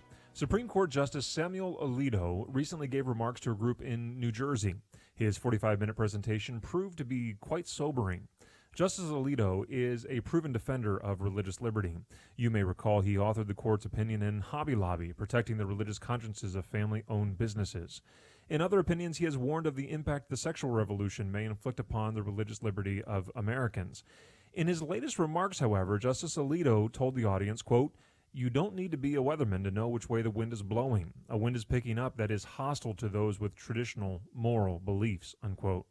But the good justice ended with a word of caution and challenge. He said, quote, "We are likely to see pitched battles in courts and Congress, state legislatures, and town halls. But the most important fight is for the hearts and minds of our fellow Americans. It is up to all of us to evangelize our fellow Americans about the issue of religious freedom," unquote. That's where you and I come in. Freedom, and especially religious freedom, is not a given in human history. It is something each generation must renew for itself. Telling the story of religious liberty and its blessings to one another is part of our responsibility as Americans. It's also how we preserve liberty. To learn how First Liberty is protecting religious liberty for all Americans, visit firstliberty.org. You can learn how to protect religious freedom in the workplace, public schools, your church, the military, and more by downloading First Liberty's free Religious Liberty Protection Kits at firstliberty.org. That's firstliberty.org. If you want hope for religious freedom, go to firstliberty.org.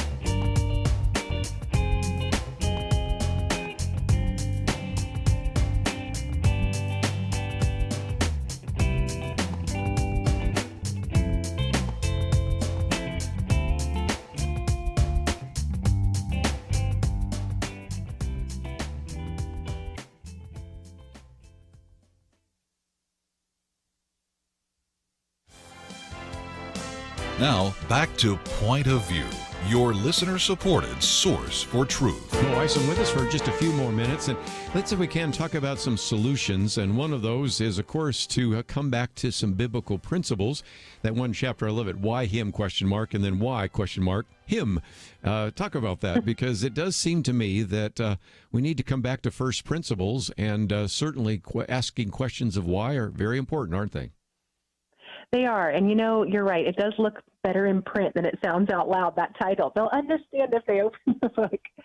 But that chapter to me was so compelled by the fact that for so long, my life had revolved around the hymns, whoever they were. And for a lot of people listening, you know, the hymns or the hers, whoever it is, the people whom were, you know, seeking to affirm us of our worth, or who we're sexually involved with, or who we've been hurt by, and we can't seem to move past that or forgive or whatever it may be. So much of my life had revolved around the him and the pain that was caused by that. But why him? Why this? Why now? Why again?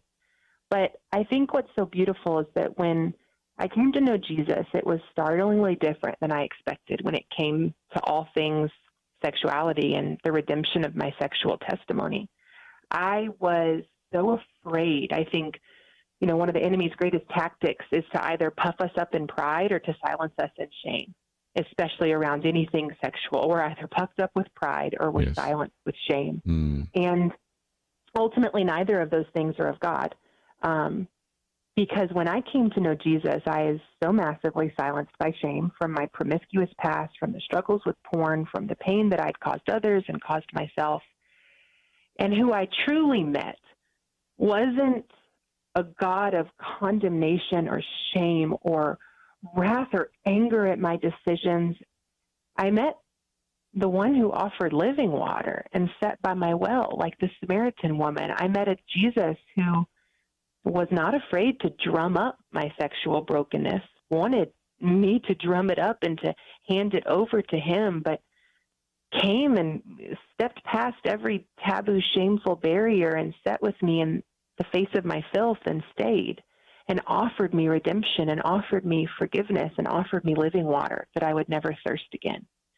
And that was so paramount for me because I was so sure that if I opened up about any of these things, it would just be the end for me. But rather, I opened up my heart to God about these things, and I was met with great compassion and love and mercy. And this is who Jesus is. We allow our actions to write such a different narrative around who he is, but ultimately he is the God of mercy. And so that changed my narrative in life from the why him, another time seeking another person that never will fulfill, to encountering the one who completely fulfills and completely heals and can completely redeem. And my narrative changed to why. Why do I now live differently? Why do I carry myself differently? Why have my actions changed? Why have I extended forgiveness? Why have I sought forgiveness? Well, because of him. It goes from why him to why him, Jesus. It changes everything. And it certainly changed my outlook and my understanding on all things sexual, but especially who God is in light of our sexual sin. When we come to him repentant, when we come to him grieved by the sin in us and asking him to heal it, he is faithful to do so. He always is. One of the things you also add is, of course, there was a time in which you felt like God said, Jeremiah is the man I have for you to marry. Of course, you are married to him. You have 2 children, live in Atlanta, and all of that. But you precede that with the fact that there are a lot of unrealistic, what you call sexpectations. You even quote from Gary Chapman, who's been on the program with us many times before, 5 Love Languages. And again, we have this unrealistic view of marriage, unrealistic view of human sexuality. And we need to come back and say, what does the Bible have to say, rather than what does the world have to say? Right, exactly. It comes back to sort of the dehumanization that occurs in our over and undated, over-sexualized culture and what we really walk through much of singleness if we're lending to the world to define it for us. Then we step into marriage with really unrealistic expectations, unrealistic thoughts of what marriage is, what it's intended to do for us, what our spouse is there to do for us. It's a dehumanized, self-serving approach that many of us can step in with. Or, if we have remained pure, we've denied, but our heart condition it's been more behavior modification than heart transformation through singleness. We step in with confusion about, okay, I've said no to sex my whole life, and now suddenly it's supposed to be amazing and yes, and there's issues that grow out of that. Or we've lived really promiscuously with no guidance or understanding, and, we step in there seeing marriage as something that is always supposed to make us happy and always supposed to fulfill us in every way. And there's just a lot of unrealistic expectations that we can carry in if we come into marriage wounded, or confused or not understanding God's truth around all of that. And I think it affects marriages in a massive, massive way. And so, it was interesting for me when I when I got the word from the Lord that Jeremiah, the man that I was dating at that time, was the man that I would come into marriage with as his helper and as his wife. And he hadn't gotten that word yet, but I sure had. So then I started praying, well, God, tell him the same thing, because I'm ready as you are. But it was beautiful to, come into marriage, and the book breaks it down, but I carried a lot of those same things in with me as well. And so working through those things, figuring them out. I mean, I write about the honeymoon hardship of how confusing it was suddenly in the time that's supposed to be, the most blissful. And there's a lot of people who navigate through that sexual confusion early on in marriage. And once again, shame creeps into the equation, and they never understand how to sit down and talk it out and work it out and understand the rightful place that sex has in the marriage and its intent and, the beauty of it. And so I just had to tackle that, because I felt like if I left that out, I'd leave a lot of people amiss who are in marriage and still desiring to grow in what this whole sex thing is even supposed to be in the correct context, because we got it so wrong for so long, and it's confusing. Well, let me just mention again that your website is moisom.com. We have a link there. And again, people can find out more not only about this book, Sex, Jesus, and the Conversations the Church Forgot, but also Wreck My Life. And I appreciate you giving us some time today here on Point of View to hopefully add to and even subtract from some of the misconceptions and add to it some of the biblical ideas about sexuality. And appreciate you giving us some time on Point of View, and look forward to the next opportunity. Thanks so much. It was a pleasure. We are going to take a break, and when we come back, spend a little bit of time talking about this issue of civility. New book out called Civility Lost, The Media, Politics, and Education. And even as we talk about the State of the Union address, you might even see whether or not some of that begins to unfold right this evening as we hear the State of the Union address and then the response to it as well. So we're going to take a break, but let me just mention that we do have a link to the website by Mo Isom on the website pointofview.net. Also, we've got a banner there, Go to Israel with Kerby, and if you have not had a chance to check that out, I hope that some of you might be able to join us as we make our trip to Israel and then to Rome in October. And as I mentioned before, we're pretty much filling up that first bus. We have 2 buses, so if you want to be on the second one or even join us on that first one, I would encourage you to click on that button that says Find Out More and put down your deposit. But again, it gives you all the information you need, and I hope that you'll take the time to find out more and to join us if you can.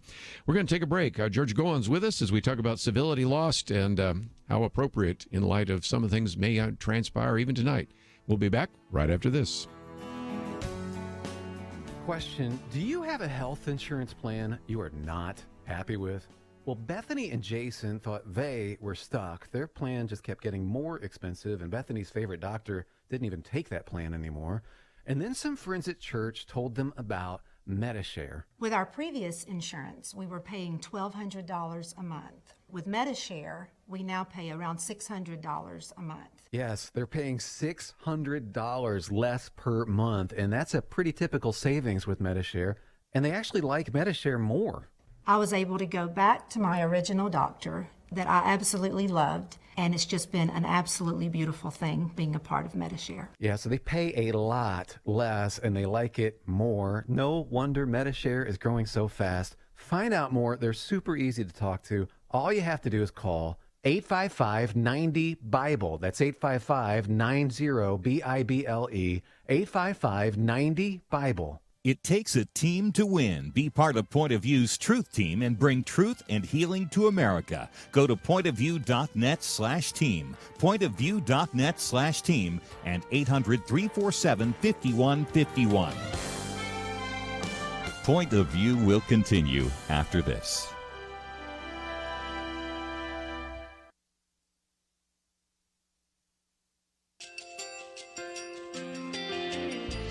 I just want to thank you so much for all the wonderful programming you have. You're just absolutely fantastic. I recently started listening to Point of View, and I really found it interesting because of the different subjects you cover. Thank you for that. I really appreciate everything that you do in keeping us informed. Thank you, Kerby, for everything that you have been doing. I appreciate all the work that you're doing, advocating for the Word of God. Thank you so much. Point of View, I think, is absolutely necessary because it's a Christian perspective, a biblical worldview perspective, and receive very current, up-to-date information about what is really going on, week to week in our culture, which is changing so rapidly, and yet it's morally sliding backwards. Yeah, I'm just, first of all, I thank you guys. Y'all's program is wonderful, and enjoy it every day. I learn so much every time I listen to it. Point of View Radio Talk Show.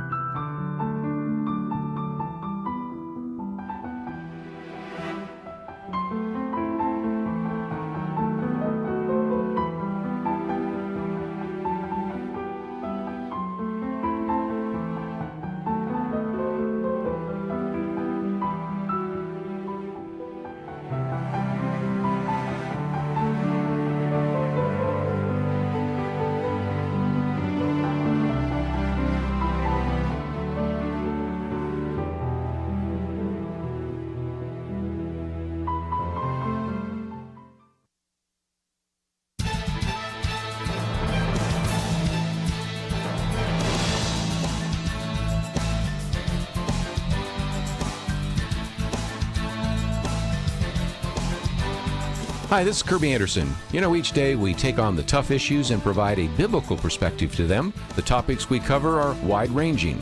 Apologetics, theology, prophecy, creation and evolution, intelligent design, marriage, family, child-rearing, the millennial generation, trends in society, politics, economics, business, religious liberty, the Constitution, public policy, foreign policy, military policy, tensions in the Middle East, abortion, homosexuality, pornography, sexual ethics, media, technology, history, and America's godly heritage.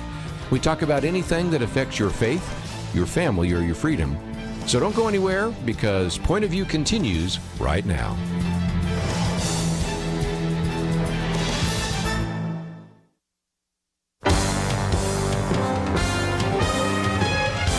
Across America, live. This is Point of View.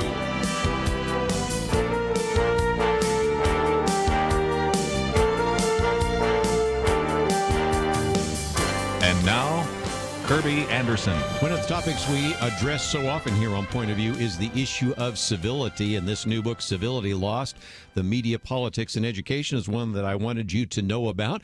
And even tonight, you can kind of do a little bit of a test. You know, we have a State of the Union address.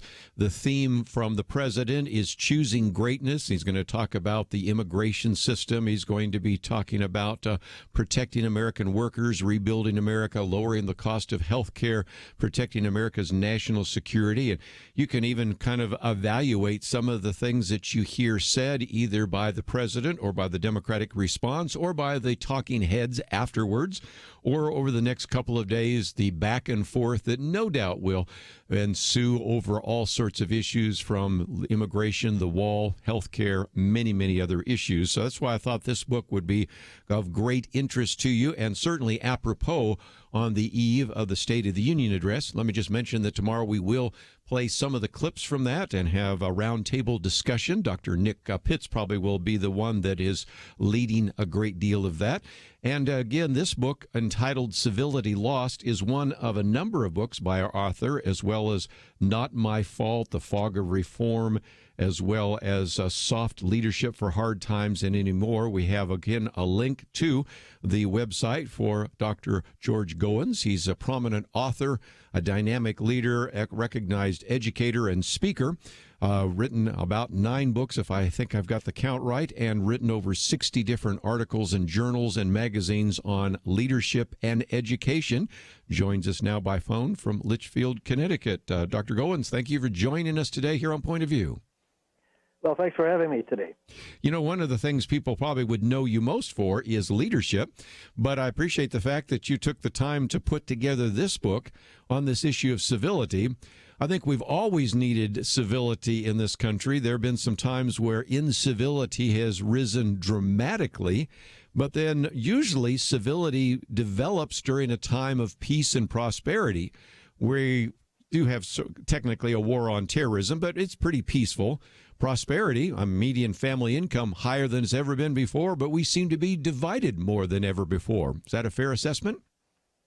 Well, I think it's pretty fair because in a democratic republic like the United States, there has to be conversation and there has to be discussion, and there is going to be differences. But today it's become, I think, much more raucous, due in part to several things. And I think we can get into each one of those, but certainly one of those aspects that you talk about are the political parties. And I thought one of the things that was most notable, and I've looked at a lot of these surveys, is how does a particular political party look at issues?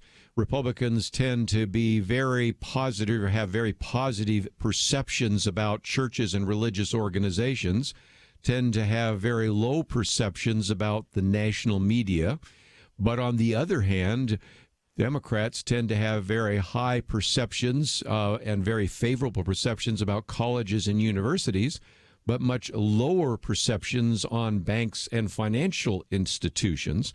And so that makes it a little bit difficult, because if your perception is different, or if your goals for a public policy are different, you can see why that's at least one of many reasons for the division, can't you? Oh, definitely, because the attitudes of people in both parties is a big factor. among Republicans, 68% say the Democratic policies are harmful to the country. And concerning Democrats, they believe 62% of them believe the Republican policies will harm the country. And so when you think of it in those kind of black and white terms, it leaves out very little time for discussion. And actually, both parties have to sit down and talk about these major issues. There was an article today in the Wall Street Journal. It started with a description of the concern on the border, and it was quoting basically President Clinton, who basically said the same thing that President Trump has said, that it's a problem. The immigration border has to be secured, and that we just can't allow people to abuse the law and come in illegally.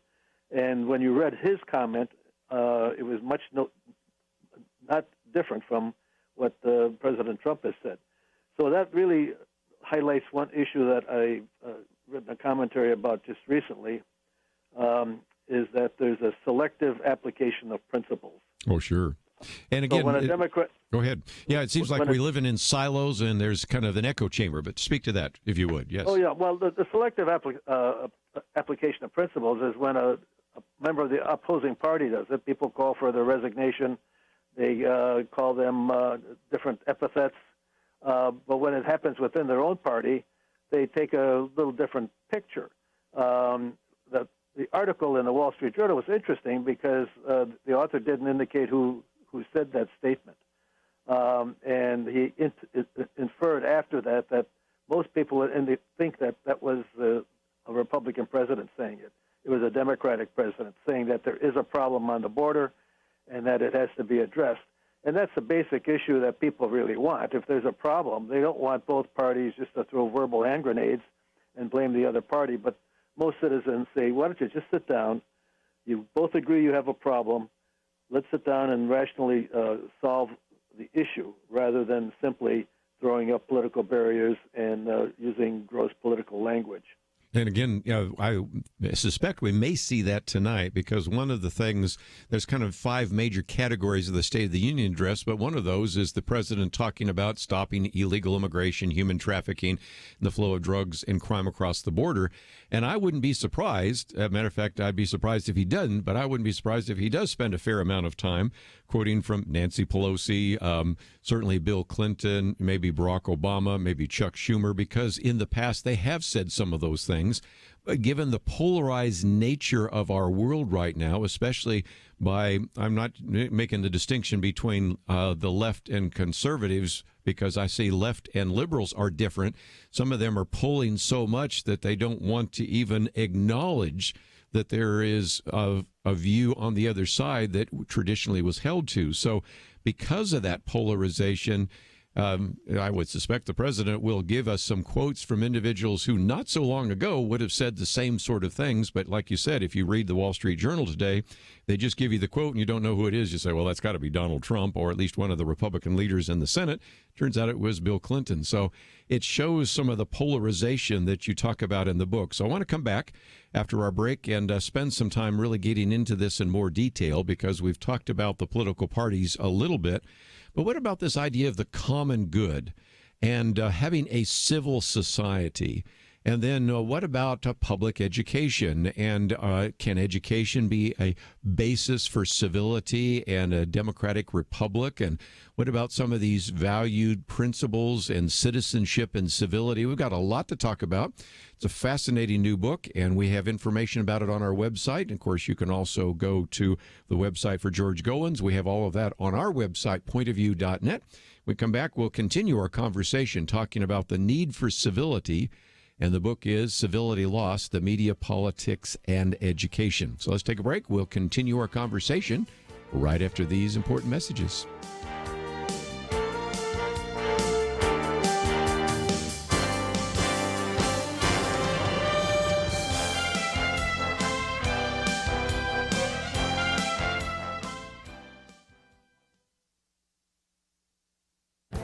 This is Viewpoints with Kerby Anderson.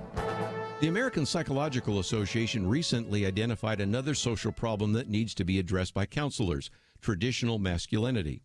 This new report once again illustrates that the APA is frequently driven by politics rather than science. The APA guidelines triggered an immediate online backlash. That led them to issue another statement and begin to redefine what they meant by traditional masculinity. The authors began by trotting out legitimate concerns about men who are sexually abusive or disrespectful. Here's a suggestion: before you start throwing out terms like toxic masculinity or talk about the dangers of traditional masculinity, define your terms. Yes, some men act like bores or jerks, but most men know that boorish or obnoxious behavior is not masculinity. To its credit, the APA report opens with a sobering analysis of how badly boys and men are doing in America today. They're twice as likely to be diagnosed with ADHD. They use drugs and alcohol more than women. Men are 3.5 times more likely to commit suicide than women. We can add other social factors. A very high percentage of men are in prison. More women graduate from high school and college than men. And while women's wages have risen over the last few decades, men's wages have been static. Perhaps it is time to remind the APA that traditional masculinity helped build Western civilization and protected us from the barbarians who wanted to destroy it. Men with masculinity used to protect femininity by teaching manners to their sons and admonishing them to treat women with dignity and respect. The APA might want to survey women. I predict that few would complain that men are too masculine. Most of them will lament that men today lack masculinity. The APA has it exactly backwards. I'm Kerby Anderson, and that's my point of view. Take Kerby and the Point of View team with you on the go with the Point of View app. Search for Point of View Radio at the Apple or Google Play stores.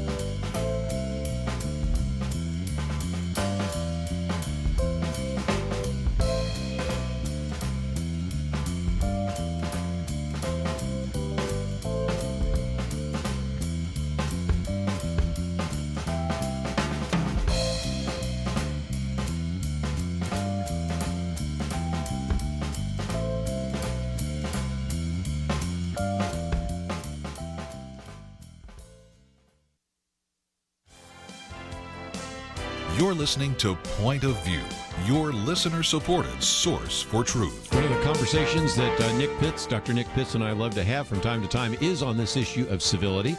I just mentioned he'll be sitting in here tomorrow because we'll have our Millennial Roundtable, but first he'll do a little bit of an analysis of what took place last night, or actually tonight, but will be last night tomorrow, on the State of the Union address. So again, this is a book that is now out. It just came out in January, so you may not be able to find it in your local bookstore, so we have a link so that you can indeed get it both in hardback and in Kindle. And George Goens with us, Dr. George Goens, and I might just mention that one of the key chapters is this idea of the common good. I appreciated you putting that in there because when you say words like that, common good, civil society, it sounds like something that comes out of the 19th century that eventually faded away like buggy whips. And yet we need to come back to that very important principle of the common good, don't we? I think when you think about it, we all, as human beings, desire some of the same things, similar things. What has happened, however, is that a lot of people, we've turned to hyphens. Everyone's hyphenated. And hyphens actually separate people because I don't know what a woman's issue is. I really don't know what a minority issue is because most of those issues relate to concerns about justice or equality and liberty. And those are issues that are of concern to everybody in the common good. And fractionalizing topics in that sense kind of thinks that they are not of concern to everyone. There is a basic common good we want for our kids. We want them to be able to have equal opportunity to get an education, to have a good life, doesn't strictly mean money. It means a life filled with goodness and care and love.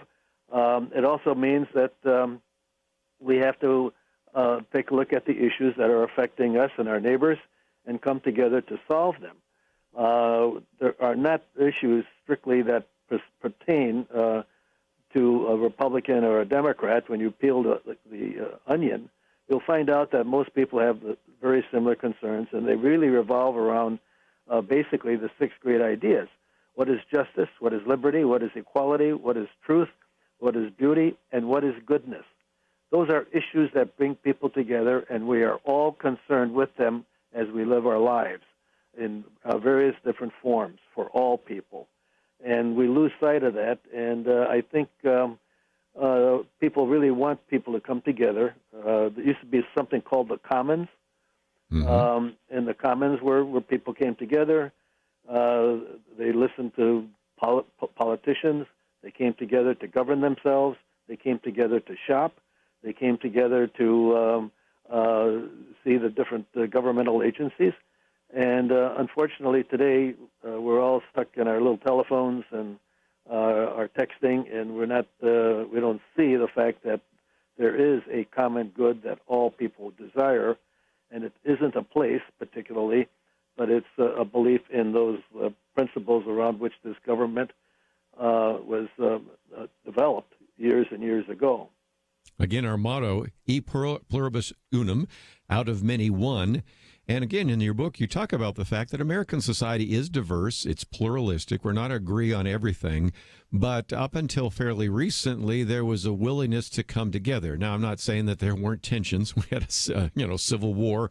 We've had some of the most raucous presidential campaigns in history, so I'm not saying that it was just perfect in the past, but there was sort of this idea of coming together, which today is not as easy because we are diverse. You go to Japan, everybody's Japanese. You go to Sweden, everybody's Swedish. And if you're an outsider, well, you're an outsider, but there's something that holds you together. This is sort of a melting pot culture. And if people don't want to melt and we get into kind of a balkanized culture, if you can allow me to mix my metaphors here for just a minute, then you end up with the kind of tension that we seem to have today, don't you think? Well, that's true. But the whole idea behind an American is you can come from any place in the world, and you can come to the United States, and you can become an American. And the America was always formulated around ideas, and those ideas were, that I mentioned, justice and liberty, equality, and truth.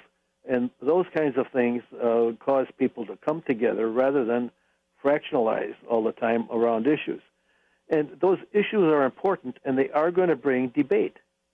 A democratic society is always going to have discussion, debate, and different sides to an issue. The right to free speech, the right to express yourself civilly, but in particular, is important, and conflict is always going to be evident in our society. The issue is, how do you deal with that conflict, and what is that conflict about? If you're just turning your neighbor into an enemy, that's not very positive, because what do you do with enemies? You want to destroy them. If you look at them as rivals with different opinions, you can sit down, have coffee, and talk about why that person holds a particular issue, and then maybe find that there's a common thread around which both of you can come to agreement and find solutions. That's what's missing. There's no society that is conflict-free, and our society is almost built to engage in some kind of discourse about the major problems facing our country, and coming together to listen to other people, find out why they believe what they believe, maybe find a common thread of understanding around which you can come to some kind of agreement and solve your problems. Today, all we do is ennemify people. That's a term actually from the business sector, by a guy by the name of Adam Kahane, who wrote a book, and he said, we got to stop thinking and acting as if people are enemies. And we have to begin to find ways to listen actively to them, come to an understanding, and move ahead, because you're not going to like everybody on the planet, but that doesn't mean you have to make them an enemy and try to destroy them or destroy their position. There's ways that you can come to some agreement if you understand the basic major ideas around what this country was developed around. One of the chapters, you have a section there about civic virtue, and I remember years ago when I wrote an article about the need to cultivate civic virtue, and I had somebody who's kind of a libertarian say, no, that's not what we're supposed to do at all. But I love the example. You say when people look to buy a home, they want a neighborhood and good neighbors. So politeness, kindness, courtesy are important. And that's important in your home. It's important in a corporate culture, a business culture. For our listeners here as Christians, a ministry culture. We certainly value that. And it seems to me that even this idea today of cultivating a civic virtue, of treating other people, this is like the golden rule, the way you would like to be treated, has been sort of given away to a no-holds-bar kind of conflict. But it seems to me if we come back to some of those ideas, we can disagree with individuals without being disagreeable, don't you think? Oh, definitely. Showing courtesy and consideration and compassion and respect is what everybody desires, but you also have to give it. What's happened is in our conversation today, we degrade, we name call, we isolate, we label, we shout down. And one of the worst examples I've seen in a long time is the newly elected representative from Michigan who took the oath of office, and then she used a gross, profane epithet about now we're going to get rid of the person in a very negative way. All that individual did was not only name call and demean the presidency and demean her own office, but she also cut off any opportunity for somebody to really want to engage in any conversation with her because it just wasn't a very intelligent thing to do. And it was degrading to the office and the oath that was being taken that day. Yes. Because you go to Congress to solve problems. You don't go to Congress with your mind made up and ready to throw a verbal hand grenade and profanity in a profane way that isolates people and distorts the conversation. Well said. Let's take a break. We'll continue our conversation today about Civility Lost. If you'd like to join us, 1-800-351-1212. I want to come back and talk about the role of education, a very important aspect of this book, and so we'll get into that. If you find yourself saying, I'd like to read that book, maybe this would be something that we could have a discussion about, I thought it would be of interest to you. It came out just last month, and it is maybe now making its way to the bookstores, but if not, we've made it possible for you to order it online.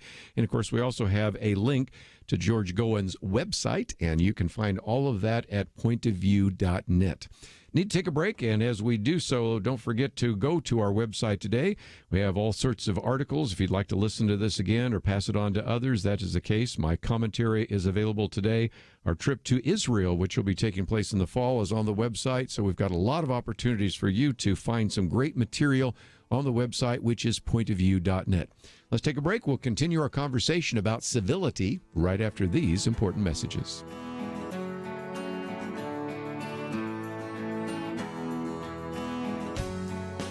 Is religious freedom still a cornerstone of the Republic, or has it effectively been crushed by the forces of tolerance?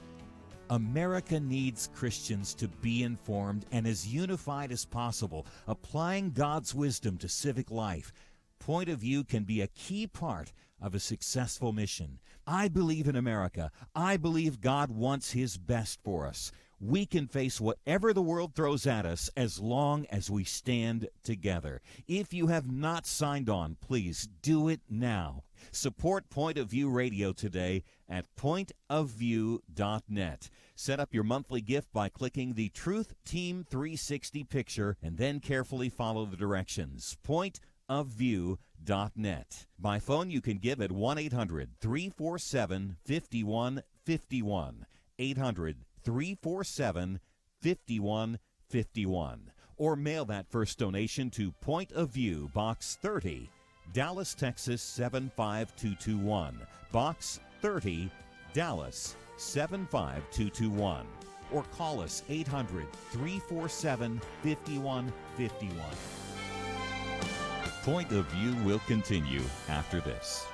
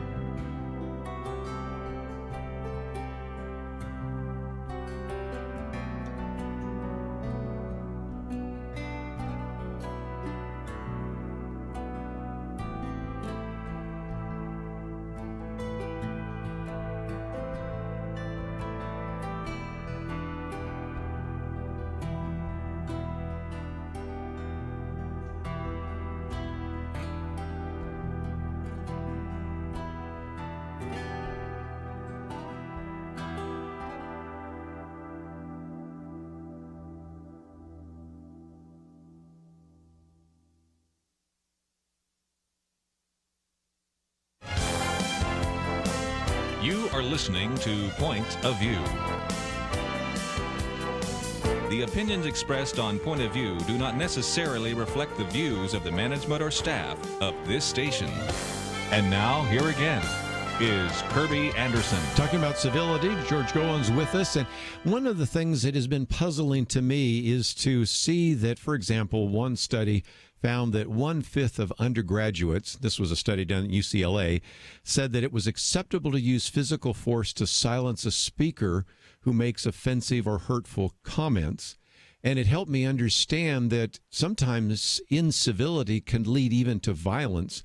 Jonathan Haidt, who was on the program with us recently as we talked about his book, The Coddling of the American Mind, of course, earlier when he wrote the book, The Fragile Generation, talked about this idea of concept creep, in which a word like violence is allowed to creep so that it includes things that are not violent. And so one of the real concerns is civility isn't just that people say angry things, but for some, it even becomes a justification for violent actions or vandalism or the rest. And so this is why this issue of civility is absolutely key in order to bring order to our society. And this is why I wanted to spend some time talking about this new book, Civility Lost: The Media, Politics, and Education.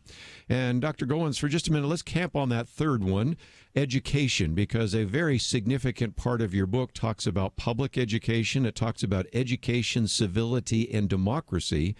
And education in the broadest sense, I think, is something we need more of right now, because in some cases, education, especially at some of these universities, has justified incivility and justified even violence. So what is your remedy for that? Well, when I was younger and went to the university, I went there to hear diverse ideas.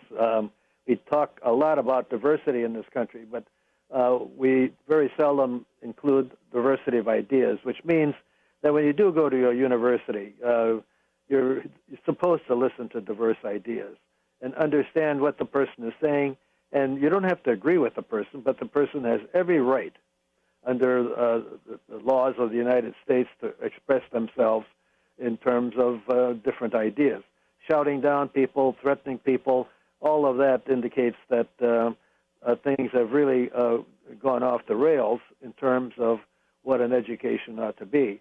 My mom was a working mother, and my dad died when I was young, and she raised two kids, and the one message she gave us is go to school, get educated, learn about what this country so that you can get a job and live a good life.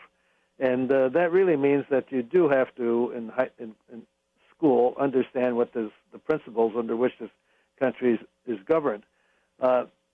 Susan Jacoby wrote a book called The Age of Unreason, and she said that 2/3 of the Americans cannot name 3 branches of government or come up with the name of a single Supreme Court justice.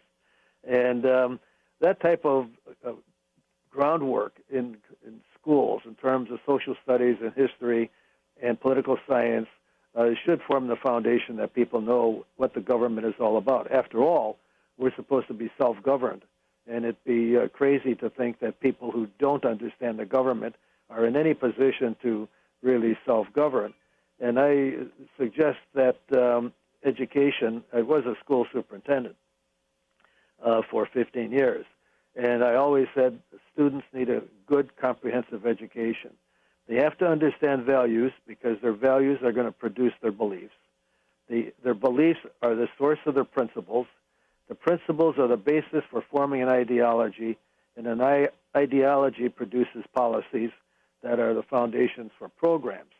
And that actually is something that people have to really go back and really understand what this country is all about.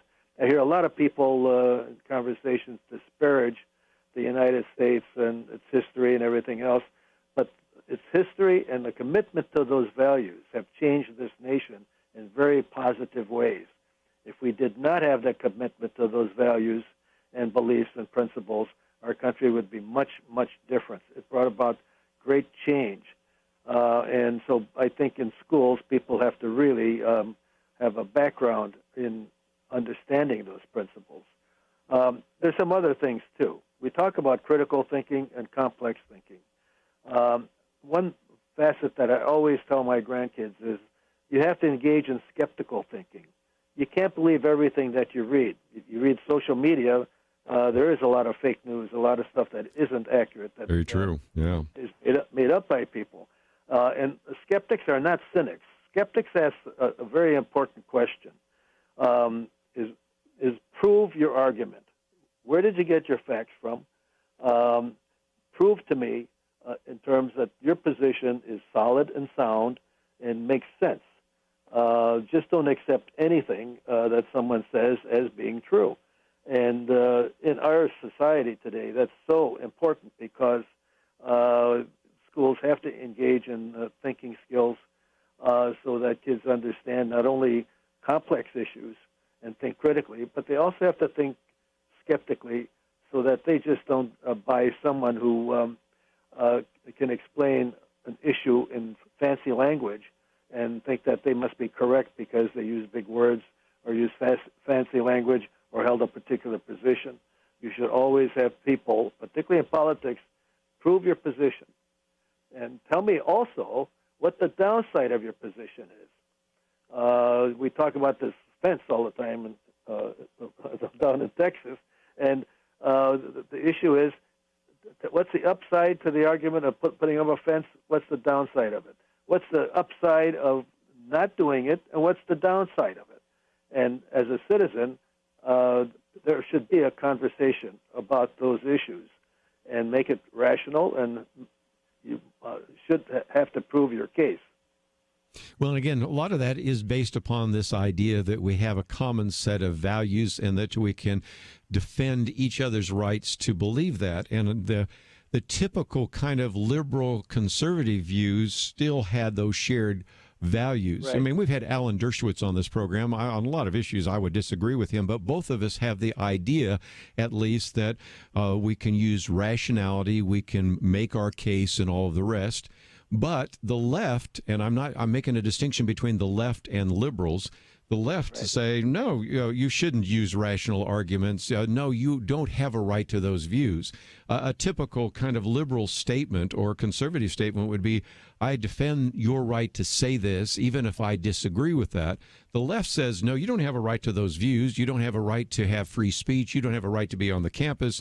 Those American values that Dr. George Goens was talking about just a minute ago, they're all white supremacist values. We need to reject all of those. And that's kind of the pernicious way in which some of those ideas have affected even the ability to have an honest interchange of ideas. When one side is telling you that everything you say is wrong just because you're white, just because you're affluent, just because you don't agree with them, it's hard to have a civil dialogue because that side is always trying to vilify you in anything that you might say. Well, one of the basic things, and a lot of people on that the left end of the spectrum are worried about our democracy. You hear that all the time about our democracy, we're turning into a fascist country and all of these kinds of things. But actually, if you begin to degrade the right of free speech and don't allow people to express views that may be dissimilar to yours, that is the beginning of an autocratic form of government. Yes. Because if I can't stand up and speak, I'm jeopardizing others. That position jeopardizes other people's right to speak. And there's a lot of issues there that I think you have to really think hard about in terms of degrading a democracy. And the basic one is freedom of speech. We've always held that. And in autocratic countries, you can't say what's on your mind. You have to keep your mouth shut. You take a look at a lot of communist and fascist countries, there's not free speech. And so when you begin to tinker with that very thing, particularly at a university that is geared supposedly for people to come and hear diverse ideas and challenge those ideas, understand the philosophy behind those ideas, then you're not getting, the colleges are not doing what they were supposed to do to create an educated society. I told a friend I'm writing this book, and I said, hey, I'm quoting Justice Scalia. and the response was, and he's a good friend of mine, he said, well, I'm not going to buy your book. You got Scalia in there? And I said, yeah, but you don't understand why. Scalia wrote a very good book about, it's titled Making the Case. Yes. He wrote it because a lot of lawyers don't know would come to court when he was a judge at all levels and didn't know how to make the case. And he said, Scalia and Ginsburg were great friends. They could disagree on the interpretation of constitutional law, but they were great friends, and they had conversations, I'm sure, many times, one-on-one, in a friendly manner over very serious issues. But Scalia said the thing that has to be done is you win trust by fairly presenting the facts. You honestly characterize the issues. You own up to those points that cut against you. You address those issues forthrightly, and you show respect for the intelligence of your audience. Very good. Antonin Scalia, Brian Garner, making your case. And we'll come back and make more of our case right after this.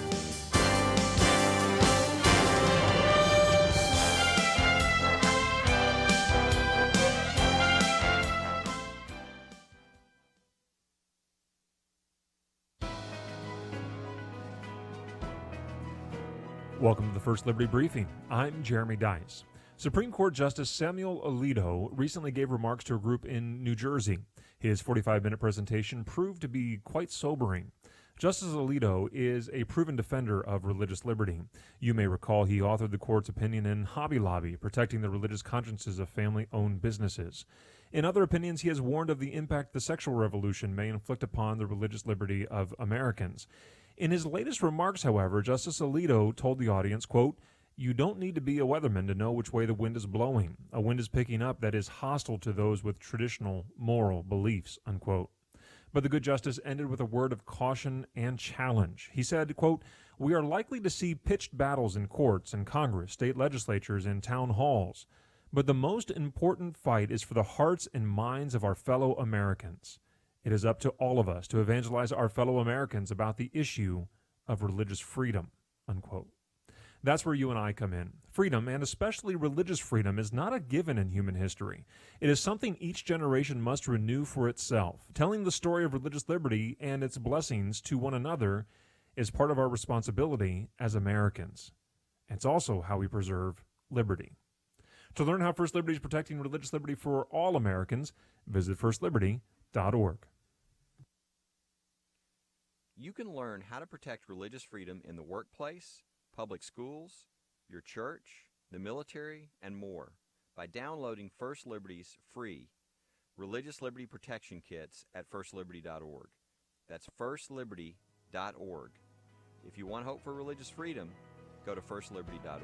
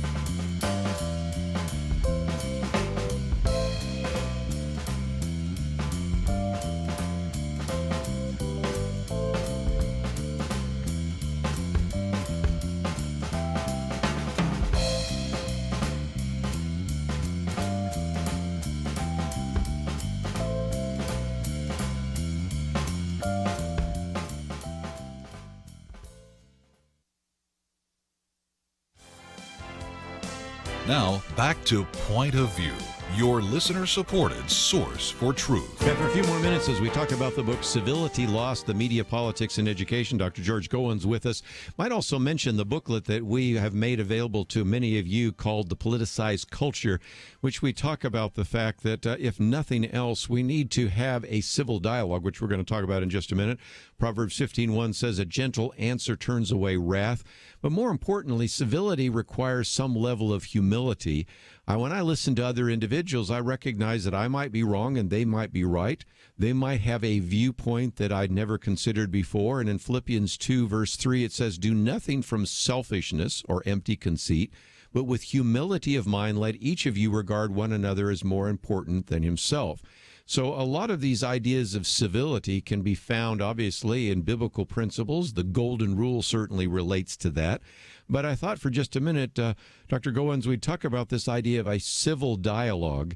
There are certain kinds of words and certain kinds of phraseology that intensify criticism and actually do not contribute to a civil dialogue.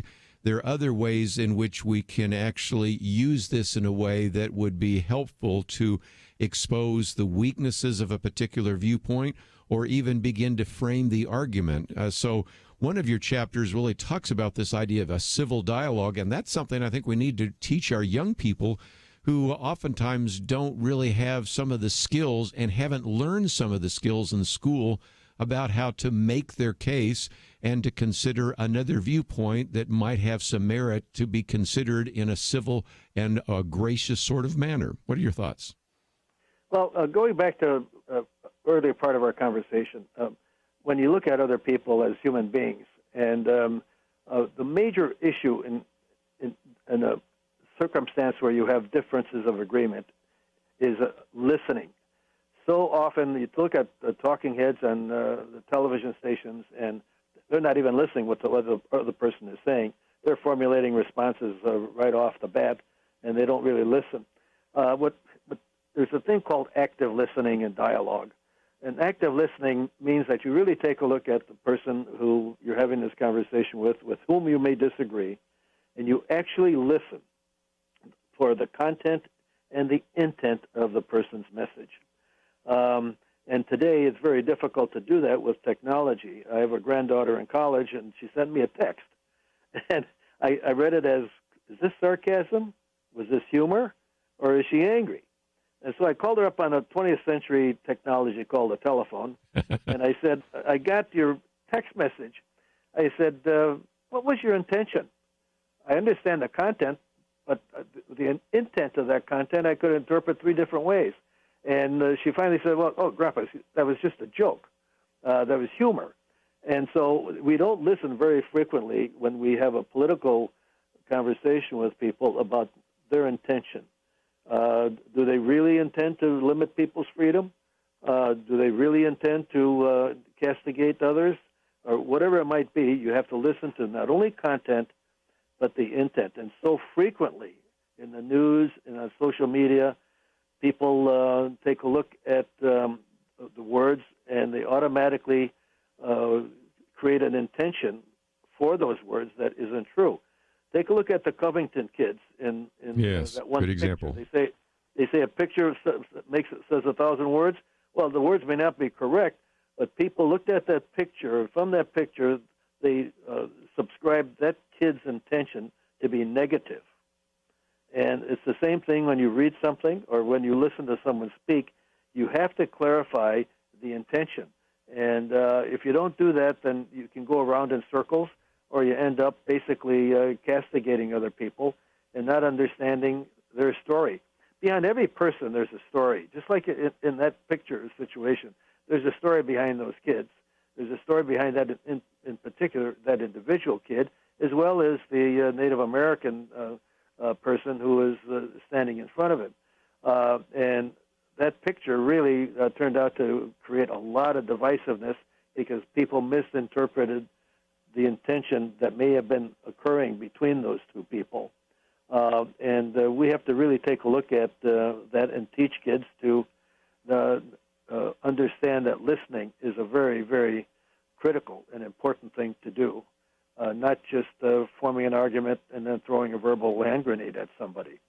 One of the other phrases you used, or the words, I think you got it from Adam Kahani, is the enifying or enemifying.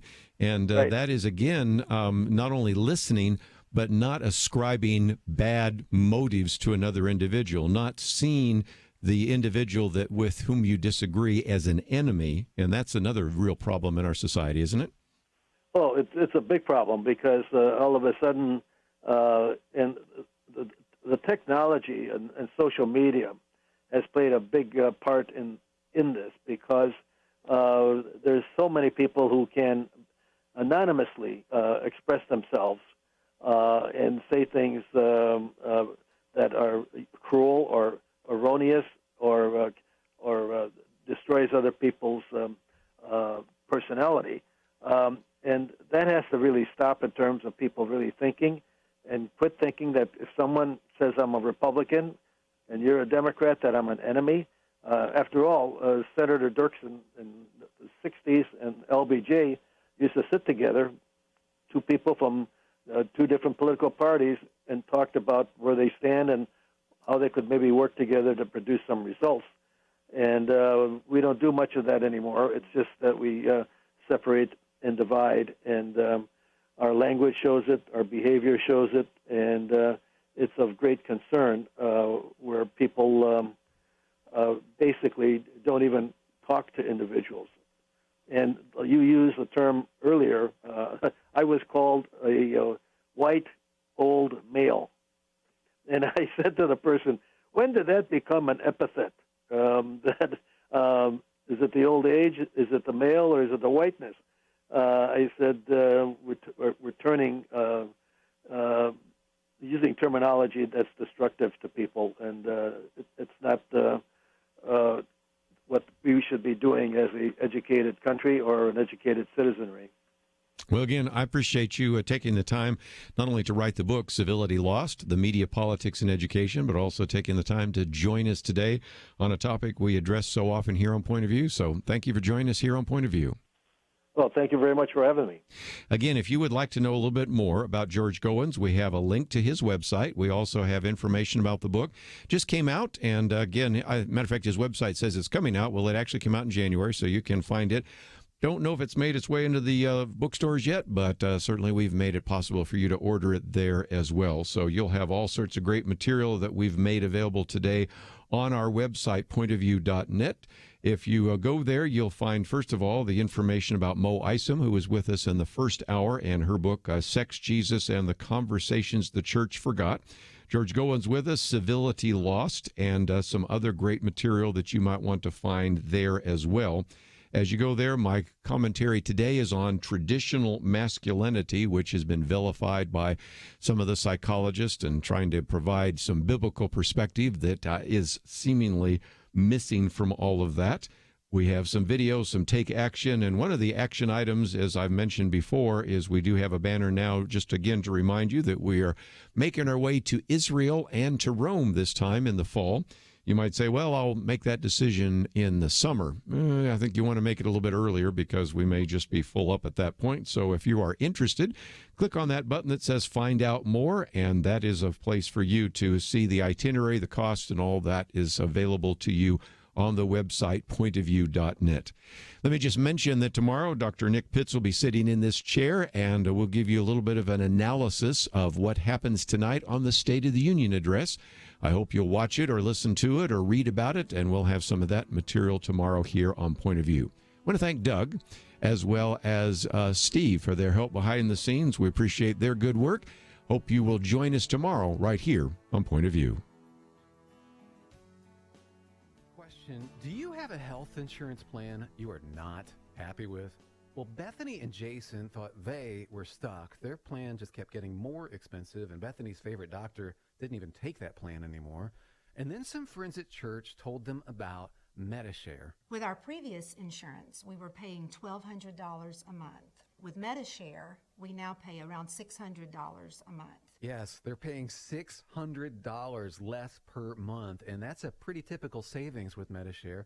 And they actually like MediShare more.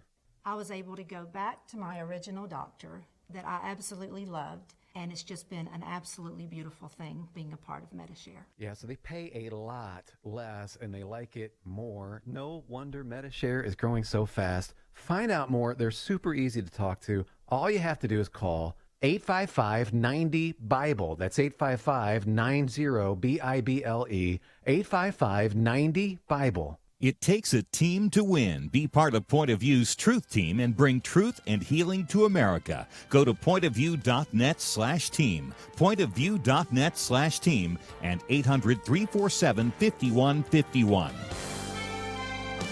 Point of View is produced by Point of View Ministries.